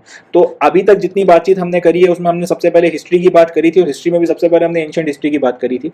तो जब तक आपका अच्छे से एंशिएंट हिस्ट्री पूरा प्रिपेयर नहीं हो जाता तब तक आपको इस सब्जेक्ट को देखने की जरूरत नहीं है। मगर एक बार जब आपने अच्छे से एंशिएंट हिस्ट्री को पढ़ लिया है, तमिलनाडु बोर्ड की किताब आपने अच्छे से प्रिपेयर कर ली है, RS शर्मा की किताब आपने अच्छे से प्रिपेयर कर ली और अब आप एंशिएंट हिस्ट्री के बारे में जानकारी रखते हैं, तब फिर आपने आर्ट्स एंड कल्चर को पढ़ना है। और आर्ट्स एंड कल्चर में भी दो सोर्सेज हैं जिनसे हमको प्रिपेयर करना है। सबसे पहले तो क्लास 11th और क्लास 12th की आपकी किताबें आती हैं आर्ट्स एंड कल्चर की, उनको आपने अच्छे से प्रिपेयर करना है। इसके एक बार जब ये अच्छे से प्रिपेयर हो जाती हैं तो उसके बाद में कुछ और देखने की आपको ज़रूरत नहीं है। मोर देन सफिशिएंट है, मोर देन इनफ है। यहाँ से सीधे सीधे क्वेश्चंस डायरेक्टली पूछे जाते हैं और वो आपसे फिर करते बन जाएंगे। इन किताबों को थॉरोली अच्छे से प्रिपेयर करना है और उसके बाद में कुछ और करने की ज़रूरत नहीं। अब कई लोग 11th और 12th की NCERT की किताब पढ़ने की जगह एक दूसरा सोर्स प्रेफर करना ज़्यादा आप पसंद करते हैं और उसका नाम है नितिन सिंघानिया। एक किताब है arts and culture by Nitin Singhania. Nitin Singhania खुद अपने आप में एक IAS ऑफिसर है, तो इन्होंने ये किताब अपनी प्रिपरेशन के वक्त में नोट्स के रूप में लिखी थी, बाद में छाप दी, चल निकली। तो ये भी एक अच्छी किताब, आप चाहें तो इसको भी रेफर कर सकते हैं, आप इसको भी पढ़ सकते हैं और इस पर भी रिलाई कर सकते हैं। अच्छी किताब है, आपकी बढ़िया प्रिपरेशन करवा देगी। बट फिर भी मैं इंसिस्ट कर कहूंगा कि क्लास 11th और क्लास 12th की जो NCERT की किताबें हैं इनको आप अच्छे से प्रिपेयर करें। आप नितिन सिंघानिया पढ़ें या ना पढ़ें वो आपकी मर्जी है, इसके लिए मैं आप पे जोर नहीं डालता, मगर आपने क्लास 11th और क्लास 12th की NCERT की किताबें आर्ट्स एंड कल्चर की अच्छे से प्रिपेयर करनी है। और इनको पहली फुर्सत में नहीं पढ़ना है, इसको पढ़ने के पहले अपन को एंशिएंट हिस्ट्री को अच्छे से प्रिपेयर करना है। एक बार जब आपकी एंशिएंट हिस्ट्री अच्छे से प्रिपेयर हो जाएगी तभी आप ये समझ पाओगे कि आर्ट्स एंड कल्चर की क्या बात हो रही है, ज़्यादा बेहतर तरह से आप इसे कोरिलेट कर पाओगे। एक बार एंशिएंट हिस्ट्री पढ़ लीजिए, उसके बाद में 11वीं और 12वीं की आर्ट्स एंड कल्चर की NCERT थॉरोली प्रिपेयर कर लीजिए, मोर देन इनफ है। बट अगर आपको सेटिस्फेक्शन नहीं आता तब फिर ये नितिन सिंघानिया की जो किताब है इसके साथ में आप जा सकते हैं। बाकी दोनों को पढ़कर फिर आपका जो मन करे, 11th और 12th की NCERT के साथ स्टिक करना चाहें तो वो कर लीजिए, नितिन सिंघानिया के साथ स्टिक करना चाहें तो वो कर लीजिए। दोनों को मत पढ़िएगा, ये मत करिएगा कि आप इनको भी पढ़ रहे हैं इनको भी पढ़ रहे हैं, फिर वो वेस्टेज ऑफ टाइम या फिर डुप्लीकेशन ऑफ एफर्ट हो जाएगा, क्योंकि दोनों ने बेसिकली एक ही बात को कवर किया है। तो इतना जो है हमको आर्ट्स एंड कल्चर में से करना है। आर्ट्स एंड कल्चर में इससे ज्यादा और कुछ अपने काम का नहीं है, इतना आप पढ़ लेते हैं तो फिर जो भी सवाल यहाँ से आएंगे वो आपसे बन जाते हैं। Last but not least and सबसे आप कह सकते हैं मेक और ब्रेक पॉइंट जो है वो है करंट अफेयर्स। करंट अफेयर्स की सबसे आप कह सकते हैं सिविल सर्विसेज में इंपॉर्टेंस ये है, एक तो इसकी अनप्रेडिक्टेबिलिटी। कई बार ऐसा होता है कि बहुत एक या दो सवाल या 3 सवाल जो है पूरे पेपर में करंट अफेयर से पूछे जाते हैं। कई बार ये होता है कि पूरा का पूरा जो पेपर है उसमें से प्रोमिनेंटली 70-80 सवाल करंट अफेयर से पूछ लिए जाते हैं। 2016 में ये कारनामा हो चुका है, पूरा का पूरा जो पेपर था उसमें 60-70-80 सवाल जो थे वो करंट अफेयर से बना के मार दिए। अब एस्पिरेंट के जो है वो छोड़ गए जिन्होंने करंट अफेयर प्रिपेयर ही नहीं किए थे, ये सोचकर कि यार 2-3 साल से करंट अफेयर्स नहीं आ रहे हैं। तो करंट अफेयर मेक और ब्रेक की स्थिति में ला सकते हैं, प्लस बड़ा अनप्रेडिक्टेबल बना देते हैं पेपर को, कि हो सकता है करंट अफेयर ज्यादा भी आ जाए, हो सकता है कभी करंट अफेयर बिल्कुल ही ना आए, कभी हो सकता है 2-4 सवाल पूछ लिए जाए। तो अनप्रेडिक्टेबल तो है, एंड उसमें भी फिर कहां से क्या पूछ लिया जाए कुछ कहा नहीं जा सकता। तो करंट अफेयर्स अपने को अच्छे से प्रिपेयर करना है, ना सिर्फ इसलिए कि इस पेपर में आपके क्वेश्चंस आ सकते हैं, वो तो आएंगे ही आएंगे, और अगर आते हैं तो वो आपसे बनते भी हैं अगर आप करंट अफेयर प्रिपेयर करते हो। इसलिए भी कि करंट अफेयर्स को पढ़े बिना, करंट अफेयर्स को प्रिपेयर किए बिना आपने जो नॉलेज हासिल किया आपके सब्जेक्ट्स का, आप उसे प्रैक्टिकल रियलिटीज के साथ में कनेक्ट नहीं कर पाओगे, और प्रैक्टिकल रियलिटीज के साथ में कनेक्ट नहीं कर पाओगे तो एज एन ऑफिसर जो एक माइंडसेट जो डेवलप करना होता है वो डेवलप होता नहीं है। इफेक्टिव आंसर्स फिर उतने अच्छे लिखते नहीं बनते, प्रैक्टिकल किस्म के जवाब आप देते हो और उसके चलते फिर मार्क्स नहीं मिलते। तो करंट अफेयर्स अपने को अच्छे से प्रिपेयर करने ही करना है, इससे आप बच नहीं सकते। इसके लिए क्या सोर्स है तो मैं पहले ही बता चुका हूं, इसके लिए सिर्फ एक ही सोर्स है, आपने न्यूज़पेपर पढ़ना है और इसमें से लगातार नोट्स बनाने हैं। वक्त के साथ में धीरे धीरे न्यूज़पेपर पढ़ने में जो आपको टाइम लगेगा, जब आप शुरू करोगे द हिंदू या इंडियन एक्सप्रेस तो हो सकता है 2 से लेकर 2.5 घंटे 3 घंटे तक जो है आपको पेपर खत्म करने में लग जाए, और ये बहुत फ्रस्ट्रेटिंग हो जाता है। मगर जैसे जैसे आप काम करते चले जाओगे, जैसे जैसे आप न्यूज़पेपर पढ़ते चले जाओगे, वैसे वैसे ये टाइम कम होता चला जाएगा, और लास्ट में एट मैक्स आपका 1 घंटे के अंदर आपका जो पूरा न्यूज़पेपर है आप पढ़कर खत्म करने लगोगे, इसमें से नोट्स वगैरह बनाकर आप प्रिपेयर करने लगोगे। दूसरा, आपने इसमें से नोट्स लिखने हैं, अपने खुद के हैंड रिटन नोट्स को आप इससे मेंटेन रखेंगे, एंड इसकी मदद से ना सिर्फ आपका जनरल नॉलेज बनेगा, जितना भी डाटा वगैरह आ रहा है वो भी इकट्ठा होता चला जाएगा, और कहीं ना कहीं ये आपके सबकॉन्शियस में बहुत बड़ी मात्रा में जो है इन्फॉर्मेशन इन्फॉर्मेशन को फीड करता चला जाएगा, जो आपके लिए एग्जामिनेशन में कई अनप्रिडिक्टेबल क्वेश्चंस में काम आ जाएगा, जहाँ पे प्रेजेंस ऑफ माइंड की मदद से आप क्वेश्चंस को सॉल्व कर सकते हो। तो न्यूज़पेपर आपने पढ़ना ही पढ़ना है, पहले भी बताया था मैंने, फिर बता देता हूँ। 2 न्यूज़पेपर आते हैं, या तो द हिंदू लगवा लीजिए, मैं इसी को पढ़ता था, आज भी इसी को पढ़ता हूँ, जो करंट अफेयर्स आपको पढ़ाऊंगा वो भी इसी में से पढ़ाऊंगा। या फिर कई लोग इंडियन एक्सप्रेस को भी पसंद करते हैं, ये भी इक्वली गुड, उतना ही अच्छा पेपर है। जो आपको ठीक लगे द हिंदू या इंडियन एक्सप्रेस में से आप उस पेपर को उठा सकते हैं, मगर एक बार जब आपने किसी पेपर को डिसाइड कर लिया तो फिर उसी के साथ में आपने स्टिक करना है। दूसरा आप जो सोर्स ले सकते हैं वो है महीने के महीने जो आपकी अलग अलग कोचिंग इंस्टीट्यूट्स की मंथली मैगजीन्स आती हैं। इसका फायदा आपने ऐसे उठाना है कि पूरा महीना आपने ईमानदारी के साथ में न्यूज़पेपर पढ़ा है, उसमें से आपने नोट्स बनाए, अब उसके बाद भी कहीं कुछ छूट ना गया हो, कहीं कुछ एडिशनल इन्फॉर्मेशन आपके काम आ जाए, उसको देखने के लिए आप ये जो पूरी मैगजीन आती है इसको खंगालिए, और इसमें अगर कुछ ऐसी एडिशनल इन्फॉर्मेशन लगती है जो आपने अपने नोट्स में नहीं मेंशन करी थी या नहीं लिखी थी या स्किप हो गई थी, तो उसको आपने इसमें ऐड कर लेना है। इतना ही जो है मंथली मैगजीन का प्रयोजन है, इससे ज़्यादा ये आपके और किसी काम की नहीं है, इससे ज़्यादा इनका इस्तेमाल करने की ज़रूरत भी नहीं है। तो करंट अफेयर्स इस तरह से आपने प्रिपेयर करना है। एंड ये जो है आपके सारे इंपॉर्टेंट सोर्सेज वगैरह हैं, जितने भी स्टैटिक सब्जेक्ट्स थे वो भी मैंने आपके साथ डिस्कस कर लिए, जितने जो आपके करंट अफेयर के का जो सोर्स है वो भी मैंने आपके साथ में डिस्कस कर लिया, और इसी के साथ में अपना जो फेज 1 है अपने प्रिपरेशन का वो यहाँ पर समाप्त हो जाता है। अब आता है यहाँ से फेज 2, इसके बारे में हम लोग बातचीत करेंगे। अच्छा, एक चीज और कि फेज 1 जो अपना चलेगा, फेज 1 मैक्स टू मैक्स 6 महीने से ज्यादा नहीं जाना चाहिए, यानी कि 6 महीनों के अंदर अंदर ये 2-3 काम आपने करने हैं कि एक तो बेसिक बुक्स अपनी पूरी प्रिपेयर करनी है, न्यूज़पेपर पढ़ने की हैबिट बनाना, नोट्स मेकिंग लिखना, और नोट्स मेकिंग जो है वो अच्छे से करना, और 1 घंटे के या सवा घंटे के अंदर न्यूज़पेपर को पढ़कर खत्म कर देना। एंड अपनी जो मेंटल स्टेमिना है, अपना जो फिजिकल आप मेंटल स्ट्रेंथ कह सकते हैं, जो आपकी स्टडिंग हैबिट है, वो सारी चीज़ें डेवलप करना। ये सारी चीज़ें करने में आपको मैक्स टू मैक्स 6 महीने देना है।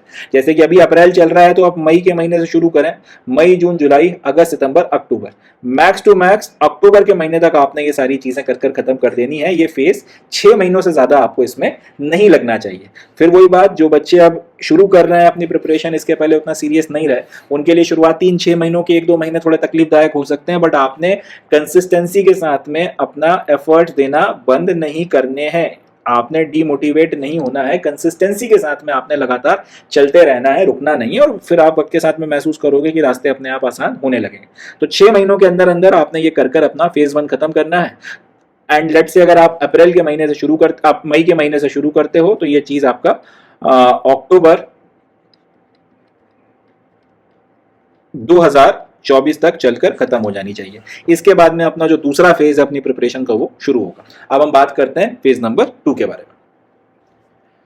तो अब हम बात करते हैं हमारी प्रिपरेशन के फेज 2 के बारे में, जिसको आप फेज 2 की जगह चाहें तो प्रैक्टिस फेज भी बोल सकते हैं। आप इसको प्रैक्टिस फेज क्यों बोल सकते हैं, इसको भी मैं आपको बताऊंगा। ये फेज शुरू करने के पहले फेज 1 में हमने 2-3 चीजें कर ली हैं। एक तो सारी बेसिक किताबें पढ़कर खत्म कर दी, उनका जबरदस्त नॉलेज अब हमारे पास में है। न्यूज़पेपर वगैरह को पढ़ के अच्छा खासा जो है हमारे पास में करंट अफेयर्स की अवेयरनेस है, एंड राइटिंग स्पीड बढ़ा चुके हैं, रीडिंग स्पीड बढ़ा चुके हैं। कहीं ना कहीं इनडायरेक्टली हम लोगों ने मेंस की प्रिपरेशन भी शुरू कर दी है, एंड हमारी जो रीडिंग की स्पीड है, रीडिंग की स्किल्स हैं वो इंप्रूव हो गई हैं, हमारा जो स्टडिंग का स्टेमिना है वो इंक्रीज हो गया है, और हमारी जो सीटिंग हैबिट्स हैं वो बन गई है। अब यहां तक आपने जितना भी बेसिक नॉलेज हासिल करना था कर लिया है। अब प्रैक्टिस करने की या फिर क्वेश्चंस की प्रैक्टिस करने का जो फेज है या जो टाइम है वो आ गया है। यहां से अब आपको 2 चीजों की प्रैक्टिस करनी है। सबसे पहले तो प्रीलिम्स के लिए जो प्रीवियस ईयर के एमसीक्यूज आए हैं उनकी आपने प्रैक्टिस करनी है, मॉक टेस्ट आपने यहां से लगाना शुरू कर देना है, एंड साथ ही साथ मेंस के लिए आंसर राइटिंग की जो शुरुआत है, आंसर राइटिंग की प्रैक्टिस की भी शुरुआत आपने यहां से करनी है।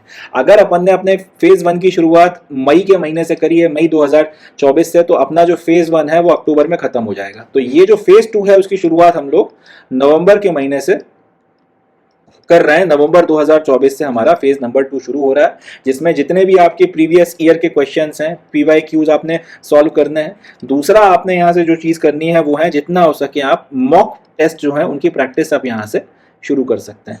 तो इससे अब होगा ये कि आपको ये समझ में आना शुरू होगा कि यूपीएससी क्वेश्चंस कैसे पूछती है।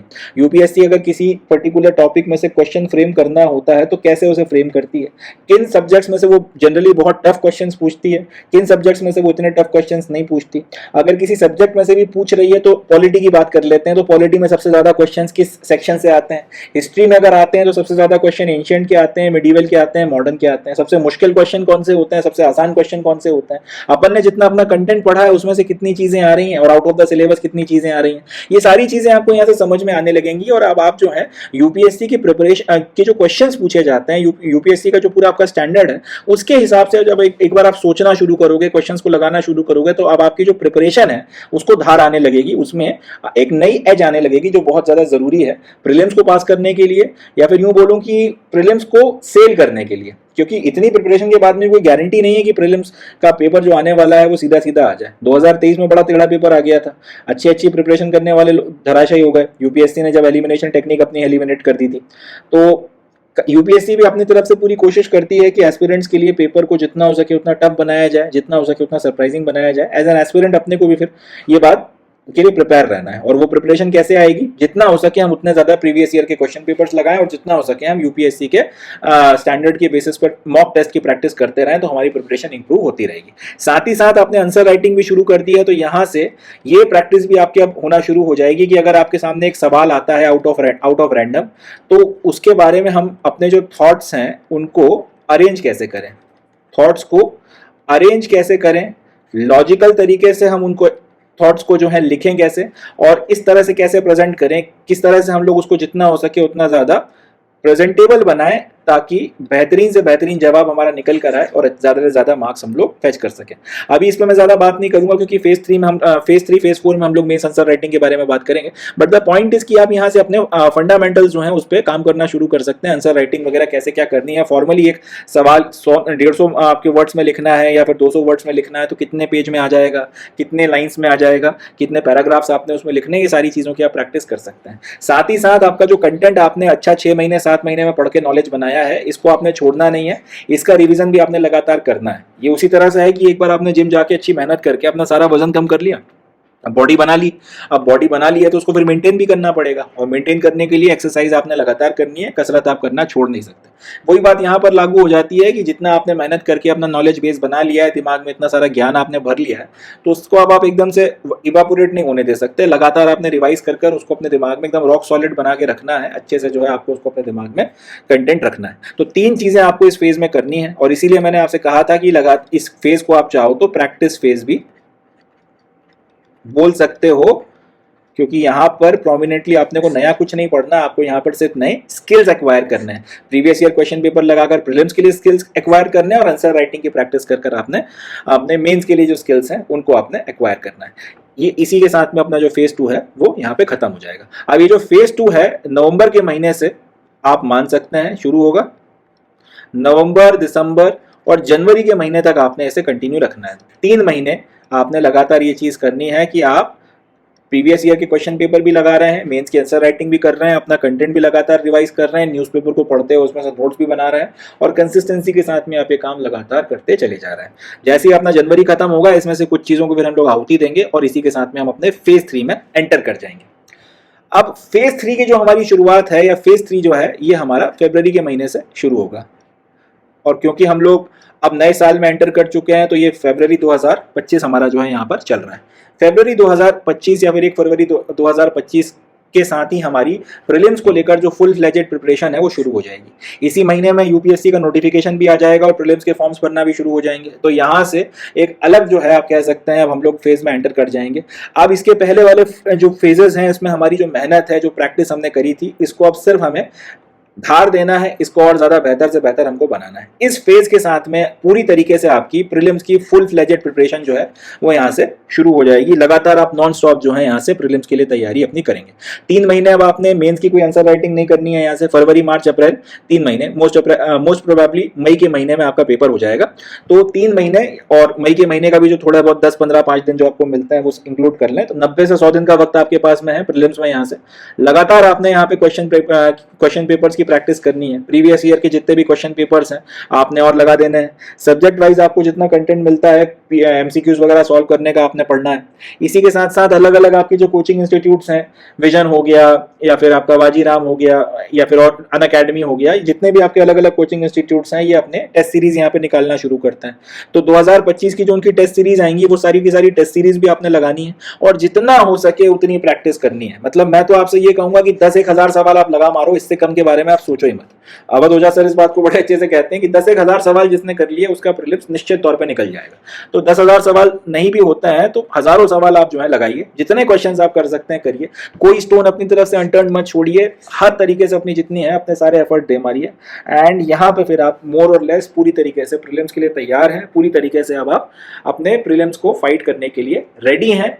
एंड इसके बाद में डी डे के लिए आपने एंटर करना है। और फिर बाकी मुझे पूरा विश्वास है, पूरा यकीन है, पूरी उम्मीद है कि आपका प्रीलिम्स यहाँ से ना सिर्फ क्लियर होगा बल्कि बड़ा कंफर्टेबली आप उसे निकाल ले जाओगे, बहुत आसानी से जो है आप इसे क्लियर कर लोगे। एक बार आपने प्रीलिम्स का पेपर दिया, आपकी मेहनत जो रंग लाएगी लाएगी, निश्चित तौर पर लाएगी। उसके साथ आप कॉन्फिडेंस के साथ में या एश्योर होकर बाहर आओगे कि यार क्लियर तो हो जाएगा, कोई दिक्कत की बात नहीं है। उसके साथ ही फिर अपना जो है चौथा और अंतिम फेज शुरू होगा, जिसमें अब हम लोग मेंस की फुल फ्लेजेड तैयारी या फिर मेंस की फुल फ्लेजेड प्रिपरेशन शुरू करेंगे। तो फेज नंबर 4 या फिर मेंस का जो फेज है, फेज नंबर 4 कह लीजिए इसको आप, या फिर आप इसको मेंस का फेज कह लीजिए। अब इसके बारे में हम बात करते हैं कि इसमें अब हमने क्या करना है।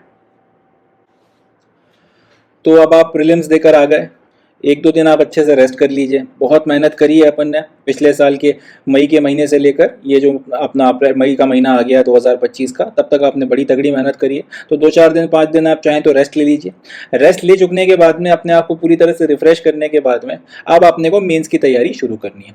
मेंस की तैयारी में जो 2-3 बातों का हमने ध्यान रखना है, देखिए राइटिंग की प्रैक्टिस आप कर चुके हैं तो ये तो नहीं होगा कि पेन पकड़ के 2 पेज लिखने में अपने हाथ दुख रहे हैं या इस तरीके की चीज़ें हैं, वो तो अपने साथ में अब नहीं होगा।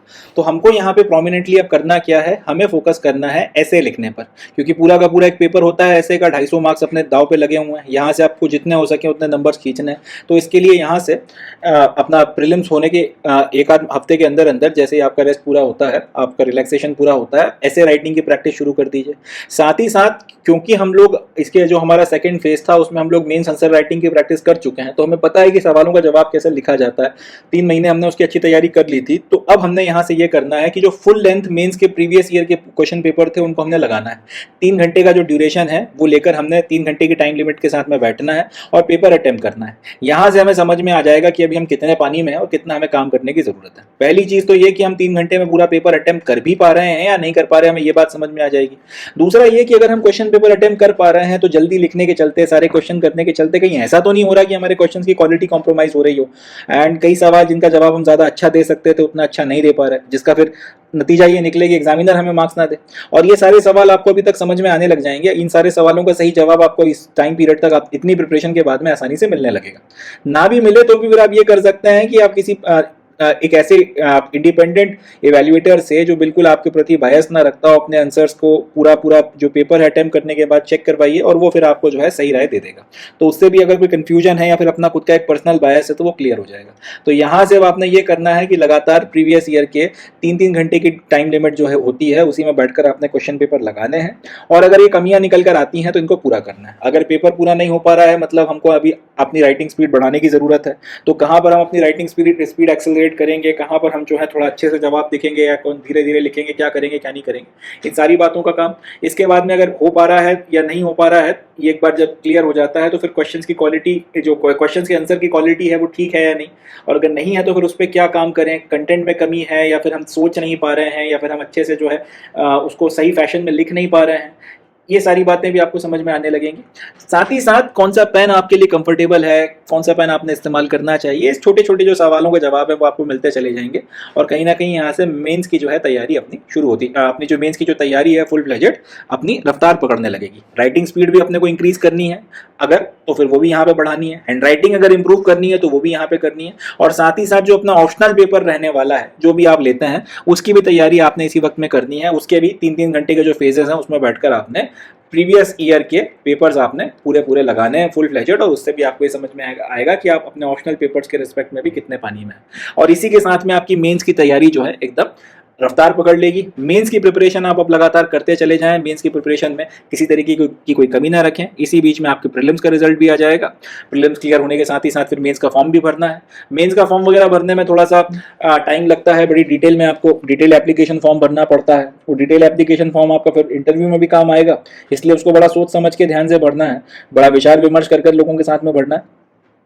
उसके मगर ये सारी चीज़ें करनी है, बट साथ ही साथ आपने अपनी जो मेंस की प्रिपरेशन है इसको किसी भी तरीके से डाइवर्ट या डिस्टर्ब नहीं होने देना है। एंड फाइनली फिर इसके साथ में आपने जाना है, मेंस लिखना है। एंड मुझे विश्वास है, मुझे पूरी उम्मीद है कि आप इसकी इतनी प्रिपरेशन के बाद में आप ना सिर्फ मेंस निकालेंगे मगर फ्लाइंग कलर्स के साथ में निकालेंगे और अच्छे से अच्छे मार्क्स भी जो हैं स्कोर करेंगे इंटरव्यू में, जिसमें फिर आपको जो मार्क्स मिलते हैं वो एड अप होकर फाइनली आपको मेरिट लिस्ट में ना सिर्फ आपका नाम लेकर आएंगे, बट साथ ही साथ आपका नाम एक आप कह सकते हैं कि फ्लाइंग कलर के साथ में लेकर आएंगे। तो ये जो है अपने 4 फेजेस हैं प्रिपरेशन के, और इन 4 फेजेस में आपकी प्रिपरेशन जो है प्रीलिम्स और मेंस की सिविल सर्विसेज की पूरी यहाँ पर कंप्लीट होती है। तो ये तो अपनी प्रिपरेशन की बात हो गई। अब इस प्रिपरेशन में कुछ बातों का अपने को ध्यान रखना है, कुछ चीज़ें ऐसी हैं जो इनहेरेंटली कहीं ना कहीं आपको डाइवर्ट करेंगी, आपके रास्ते में रोड़ा बनेंगी, तो उनको पार करने के लिए आपको क्या करना पड़ेगा, थोड़ा सा अब हम लोग उन एस्पेक्ट्स के बारे में बात करते हैं। देखिए ऐसा है, सिविल सर्विसेज की प्रिपरेशन जब आप करना शुरू करोगे तो हर दिन एक जैसा नहीं होता। इसको आप ऐसे समझिए कि सिविल सर्विसेज की तैयारी 100 मीटर की रेस की तरह नहीं है जो 9 या 10 सेकंड में ख़त्म हो जाएगी। ये 42 किलोमीटर का पूरा एक मैराथन है जो आपको कंसिस्टेंटली दौड़ना पड़ेगा। कभी कभी दौड़ते दौड़ते ऐसा लगेगा कि पैरों में अब जान नहीं बची है, तो हो सकता है आपको थोड़ा रुक जाना चाहिए, रेस्ट कर लेना चाहिए। कभी ऐसा लगेगा कि थोड़ा आपको स्लो जॉग करना चाहिए, कभी ऐसा लगेगा कि वॉक करना चाहिए, कभी ऐसा लगेगा कि बस धीरे धीरे रेंगना चाहिए, कभी ऐसा लगेगा कि और जान लगाकर पूरी ताकत के साथ में स्प्रिंट करना चाहिए। तो हर दिन जो है अपने साथ में एक नई इमोशन और एक नए तरीके का चैलेंज भारतीय प्रशासनिक सेवा की तैयारी आपके लिए लेकर आएगी। रोज रोज लाइफ आपके सामने नए नए चैलेंजेस पुट करेगी। तो इसमें आपका ना सिर्फ ये चेक होगा कि आपने कितनी मेहनत करी है, कितनी पढ़ाई करी है, बट साथ ही साथ आपका जो कैरेक्टर है एक इंसान के तौर पर वो भी टेस्ट होता है। एंड एक बात जो होनी ही होनी है वो यह है कि ये तैयारी आपको बदल कर रख देगी। आप खुद नोटिस करिएगा इस बात को, आपके अनुभव से आपको समझ में आएगा। जब आप ये प्रिपरेशन शुरू करेंगे तब आप एक ऑल टुगेदर अलग किस्म के व्यक्ति रहेंगे, आप एक ऑल टुगेदर अलग किस्म के इंसान रहेंगे।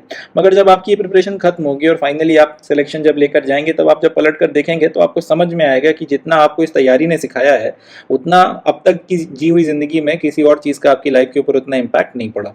तो मानसिक रूप से तैयार रहिए। आने वाला वक्त चैलेंजिंग रहेगा, आने वाला वक्त एक्साइटिंग रहेगा, बहुत कुछ नया सीखने को मिलेगा, बहुत कुछ नई चीज़ें जानने को मिलेंगी। But at the same time ये जो फेज़ है, ये जो प्रिपरेशन का पूरा आपका वक्त है, ये आपको फिजिकली, मेंटली, इमोशनली हर तरीके से टेस्ट करेगा और आपको हर तरीके से अपनी परीक्षा देने के लिए तैयार रहना है और हर तरीके से जो है अपना बेस्ट से बेस्ट परफॉर्म करने के लिए तैयार रहना है। कोई दिन अच्छा जाए, कोई दिन बुरा जाए, किसी दिन आप अपनी एक्सपेक्टेशन से ज़्यादा प्रिपरेशन करें, ज़्यादा अच्छी तैयारी करें, किसी दिन आप अपनी एक्सपेक्टेशन जितनी आप उम्मीद लगा के बैठे थे उतनी अच्छी प्रिपरेशन ना भी कर पाए। कुछ भी हो, मगर आपने को डीमोटिवेट नहीं होना है, आपने को लगातार एफर्ट्स मारते चले जाना है, रुकना नहीं है। तो कुछ बातें जिसका अपनी पूरी प्रिपरेशन फेज में अपने को ध्यान रखना है, कंसिस्टेंसी मेंटेन रखनी है। ऐसा नहीं करना है कि आपने 2 दिन अच्छी मेहनत करी और 3 दिन फिर जो है आप आराम कर रहे हैं, 3 दिन आपका फिर जो है फटीग आ गया है। लगातार आपने काम करना है। शुरुआती वक्त में, शुरुआती जो फेजेस हैं, शुरुआती जो स्टेजेस हैं, शुरुआती जो दिन है, उसमें आप चाहे कम एफर्ट दें, कोई दिक्कत की बात नहीं है, आप लेस एफर्ट दें, मगर आप कंटिन्यूअस एफर्ट दें, मगर कंटिन्यूअस एफर्ट दें, आप रुके नहीं, आप लगातार काम करते चले जाएं। होगा ये कि आप आधा अगर 2 दिन काम करेंगे, 3 दिन काम नहीं करेंगे, 3 दिन एफर्ट देंगे, फिर 2 दिन आराम करेंगे, तो उसका कोई मतलब नहीं है। तब आपकी जो तैयारी है उसका ग्राफ कुछ इस तरीके से होगा, कभी बहुत ऊपर उठ गया, कभी नीचे हो गया, कभी ऊपर उठ गया, कभी नीचे। ऐसी प्रिपरेशन आपने को नहीं करनी है। हमें एक कंसिस्टेंसी में जो है प्रिपेयर करना है, हमें एक सीधी लाइन में लगातार जो है चलना है और वक्त के साथ में हमें अपना एफर्ट जो है बढ़ाते हुए अपनी एफिशिएंसी जो है उसको इस तरीके से आप कह सकते हैं इंप्रूव करना है, उसको इंक्रीज करना है, ना कि अपने को ये करना है। तो ये बहुत इंपॉर्टेंट बात है। अपना ग्राफ ऐसा ऐसा ऐसा ऐसा कभी ज्यादा कभी कम नहीं होना चाहिए। हमारा ग्राफ कंसिस्टेंसी के साथ में यूं चलना चाहिए और वक्त के साथ में धीरे धीरे उसमें यूं एक आप कह सकते हैं ऊपर की तरफ में चढ़ाव आना चाहिए। कंसिस्टेंसी मगर आपने आपको मेंटेन करनी है। तो पहली और सबसे इंपॉर्टेंट चीज, you have to be consistent. लगातार आपने कंसिस्टेंसी के साथ में मेहनत करनी है। दूसरा ये, आपने प्रोक्रेस्टिनेट नहीं करना है, आपने चीज़ों को टालना नहीं है, आपने डिले नहीं करना है। जो काम आज करना है तो उसको फिर आपने आज ही करना है, आज के आज में ही उसको काम को आपको करके खत्म करना है। अगर आपने डिसाइड कर लिया कि भाई पॉलिटी में ये पार्लियामेंट के नाम से एक चैप्टर है लक्ष्मीकांत में, सबसे बड़ा चैप्टर है, 70-80 पन्नों का, आपने दिन में अपना मन बना लिया कि आज रात को सोने से पहले मैं लक्ष्मीकांत का वो पार्लियामेंट वाला चैप्टर पूरा पढ़ के कम से कम 1 बार 2 बार अच्छे से रिवाइज करके ही सोऊंगा, तो फिर अब चाहे कुछ हो जाए आप अपना कमिटमेंट रखेंगे। ये फिर आपका अगले दिन के लिए नहीं टलना चाहिए कि आज मैंने आधा कर लिया, आधा मैं कल कर लूंगा, ऐसा नहीं। जो आपने एक बार टारगेट बना लिया तो फिर उसको पूरा करना है। उसको पूरा किए बिना फिर आपने सोना नहीं है, आपने उसको पूरा किए बिना कुछ और काम करना नहीं है। इस डेडिकेशन के साथ में आपने जो है अपना जो है प्रिपरेशन करनी है। अपने टास्क को, अपना जो भी ऑब्जेक्टिव है दिन का, उसको आपने डिले नहीं करना है। कुछ भी हो जाए खाली नहीं बैठना है, थक गए हैं तो आराम कर रहे हैं, आराम करने के नाम पर मोबाइल चला रहे हैं, ऐसा नहीं करना है। आइडल बिल्कुल नहीं बैठना है, अपने मन को जो है खाली नहीं छोड़ना है। अगर आप रेस्ट भी कर रहे हैं तो रेस्ट में आपको क्रिएटिविटी करनी है, रेस्ट में आप योग कर सकते हैं, आप ध्यान लगाना शुरू करिए, इसके बड़े आप कह सकते हैं मैजिकल फायदे होते हैं। आप कोई नॉवेल पढ़ सकते हैं, आप वॉक करने बाहर चले जाइए, मगर आप बैठ के मोबाइल चलाते हुए उस पर रील्स देखते हुए अपना वक्त नहीं खराब करेंगे। आपने आइडल नहीं पड़े रहना है, आराम करने के नाम पर आपने ऐसी एक्टिविटीज़ नहीं करनी है जो कहीं ना कहीं मन को डाइवर्ट करता हो, जो कहीं ना कहीं मन को ऐसी चीज़ों की तरफ में लेकर जा रहा हो जिनसे बचने की ज़रूरत है। और फिर वही बात, लगातार चलना है, लगातार मूव करते रहना है। चाहे आप दौड़ सकते हैं तो दौड़िए, नहीं दौड़ सकते तो जॉग करिए, जॉग नहीं कर सकते तो वॉक करिए, मगर चलते रहिए, रुकिए मत, लगातार मूव करते रहिए, लगातार अपनी तरफ से जितना हो सके पुश करते रहिए। एंड सबसे इंपॉर्टेंट बात ये मानकर चलिए कि ये आपकी ज़िंदगी का यूपीएससी का पहला और आखिरी अटेम्प्ट है। इसके बाद ना आपके पास में मौका है, ना आपके पास में कोई चांस है, ना आप इसको दे पाएंगे। इस थॉट प्रोसेस के साथ में अपने को प्रिपरेशन करना है कि ये भाई हमारा पहला और आखिरी अटेम्प्ट है, इसके बाद में हमारे पास में कोई मौका नहीं है। अगर आप इस माइंडसेट के साथ में रहे कि यार अभी तो 6 अटेम्प्ट पड़े हुए हैं, 9 अटेम्प्ट पड़े हुए हैं, अनलिमिटेड अटेम्प्ट पड़े हुए हैं, यार कर लेंगे, इस बार नहीं हुआ तो अगली बार में निकल जाएगा, अगली बार में नहीं हुआ तो अगली बार में निकल जाएगा, ये माइंडसेट अपने को लेकर नहीं आना। जैसे जैसे अटेम्प्ट्स बढ़ते हैं प्रेशर बढ़ता है, साथ ही साथ सेकंड अटेम्प्ट में, क्योंकि मैं एक्सपीरियंस रखता हूँ इस चीज़ का, काफ़ी अरसे से मैं पढ़ा भी रहा हूँ सिविल सर्विसेज के लिए, तो मैं जानता हूँ पहले अटेम्प्ट में जो एनर्जी, जो जोश, जो जज्बा रहता है वो सेकंड टाइम में नहीं निकल कर आता, सेकंड टाइम में जो रहता है वो थर्ड टाइम में नहीं निकल कर आता। ये उसी तरह से है कि पहला प्यार पहला ही होता है, उसमें जो एफर्ट आप मारते हो वो फिर उसके बाद में आपको, या उसमें जो एहसास आपको होता है वो बाद में फिर कभी महसूस नहीं होता है। तो पहले अटेम्प्ट को अपना पहला प्यार मानिए और अपना तन, अपना मन, अपना धन, अपनी आत्मा, अपनी क्षमता, अपना एफर्ट, जो भी कुछ है सब कुछ लगा दीजिए। मैं इसको बड़े सिंपल शब्दों में अगर बोलूं तो गिव योर एवरीथिंग, अपना सब कुछ दे दीजिए, किसी तरीके से कोई कमी रखने की कोई गुंजाइश भी मत छोड़िए, अपना सब कुछ दे दीजिए। और फिर यकीन मानिए आप जंग जीत लेंगे। आपकी ज़िंदगी की जो ये महाभारत है, ना सिर्फ आप जीतेंगे, मगर जैसा कि भगवान कृष्ण ने अर्जुन से वादा किया था कि तू युद्ध कर, युद्ध करने के बाद में अगर तुम जीते तो फिर धरा को भोगोगे, तो वही बात आपके साथ में होनी है कि आप ये युद्ध जीतेंगे और उसके बाद में उसके जो पर्क्स, उसके जो प्रिविलेजेस हैं वो भी आपको मिलेंगे। लास्टली एंड नॉट लीस्ट, भगवान बुद्ध ने एक बड़ी अच्छी बात कही थी, it is better to travel well than to arrive. यानी कि कहीं पहुंचने से ज़्यादा बेहतर या ज़्यादा इंपॉर्टेंट ये है कि आप अच्छे से यात्रा करें। तो एक बहुत इंपॉर्टेंट पॉइंट है कि आपने अपनी इस यात्रा को एंजॉय करना है। ये नहीं हो कि आपके लिए ये जो पूरी की पूरी प्रिपरेशन है वो एक पनिशमेंट बनकर रह जाए। ये बिल्कुल नहीं करना है कि हम अपने लिए ये जो हमारी प्रिपरेशन है इसको एक सज़ा मान लें और हम उन किताबों से नफरत करने लगें, हम इन सब्जेक्ट से नफरत करने लगें, हम हर चीज़ से नफरत करने लगें और बस भगवान से भीख मांग रहे हो कि यार किसी तरह से हमारा सिलेक्शन करा दो, फलाना ठिकाना। ये बिल्कुल नहीं करना है। आपने अपनी इस जर्नी को एंजॉय करना है। पहले तकलीफ होती है जब आप बदलाव लाने की कोशिश करते हो, तो शरीर हो गया, मन हो गया, हर चीज़ आपका विरोध करता है। मैं जानता हूँ, मैं एक्सपीरियंस कर चुका हूँ इस चीज़ को, इसलिए मैं समझता हूँ। मगर आपने जर्नी को एंजॉय करना है। अगर आप सफ़र को माइजरेबल होकर जिएंगे तो फिर आप अगर मंजिल पे एक तो पहुँचेंगे नहीं, और पहुँच भी गए तो फिर उसका कोई आनंद नहीं होगा। तो पसीना बहाइए, पसीना बहाने के बाद में जो ठंडी हवा लगती है उसका सुख अलग ही होता है। इस बात को समझिए। अपनी जो ये जर्नी रहे, अपनी जो जर्नी है, अपना जो सिविल सर्विसेज का पूरा सफ़र है, इसको जितना हो सके उतना एंजॉय करिए। इसको एक लर्निंग एक्सपीरियंस के तौर पर लीजिए। सफलता बाकी आपके पीछे झक मार कर आएगी, मगर अपने आप को इसका विक्टिम मत बनाइए। अपना जो माइंडसेट है उसको बहुत क्लियर रखिए, ओपन रखिए और लगातार कर्म करते चलिए। तो इसी के साथ में मैं सेशन यहाँ पर समाप्त करता हूँ। मेरी तरफ से आप सब लोगों को बहुत बहुत शुभकामनाएं। गुड लक, अपनी जर्नी एंजॉय करें एंड जितना हो सके उतनी ज़्यादा मेहनत करें, सफलता हासिल करें। बाकी अगर आप लोगों के किसी तरीके के कोई डाउट हैं तो आप कमेंट्स में अपने डाउट्स छोड़ सकते हैं, मैं उनका जवाब दूंगा आपको। इसके अलावा ये चैनल मैंने डेडिकेटेडली सिविल सर्विसेज के जो एस्पिरेंट्स हैं उनके लिए शुरू किया है। तो मैं अपना जितना भी टीचिंग एक्सपीरियंस है वो भी आप लोगों के साथ में इसमें शेयर करूँगा। क्या अलग अलग सब्जेक्ट्स में करना चाहिए, एक तो अभी तो हमने स्ट्रैटेजी में जनरल बात करी है, हर एक के बारे में स्पेसिफिक और डिटेल में जाकर भी मैं इसके और वीडियोस आपके लिए लेकर आऊँगा। प्लस जो अलग अलग सब्जेक्ट का स्टडी मटेरियल है, कंटेंट है, वो भी मैं आपके साथ रेगुलरली शेयर करूँगा। तो मेरी आप लोगों से रिक्वेस्ट है, इस चैनल को सब्सक्राइब करें। आपके जो दूसरे फ्रेंड्स हैं जो सिविल सर्विसेज की प्रिपरेशन कर रहे हैं उनसे भी इसको सब्सक्राइब करने के लिए बोलें। एंड किसी भी तरीके की समस्या आती है तो एक बड़े भाई के तौर पर, एक मेंटर के तौर पर, एक दोस्त के तौर पर आप मुझसे शेयर कर सकते हैं। एग्जामिनेशन से रिलेटेड कोई भी प्रॉब्लम आती है and I would be more than happy to help. तो इसी नोट पे I would be calling it the day and I would be concluding the session. मिलता हूँ मैं आपसे अब इसी तरीके के एक और वीडियो में, जिसमें मैं आप लोगों की प्रिपरेशन से रिलेटेड प्रॉब्लम्स को या तो सॉल्व करूंगा या फिर आप लोगों के लिए बेहतर से बेहतर, अच्छे से अच्छा content and study material share करूंगा, लेकर आऊँगा, ताकि आप लोगों की प्रिपरेशन में आपका की हेल्प कर सके। तो अभी के लिए बस इतना ही। अपना ध्यान रखें, खुश रहें एंड याद रखें इस बात को, समर शेष है, the war is yet not over. Thank you and जय हिंद।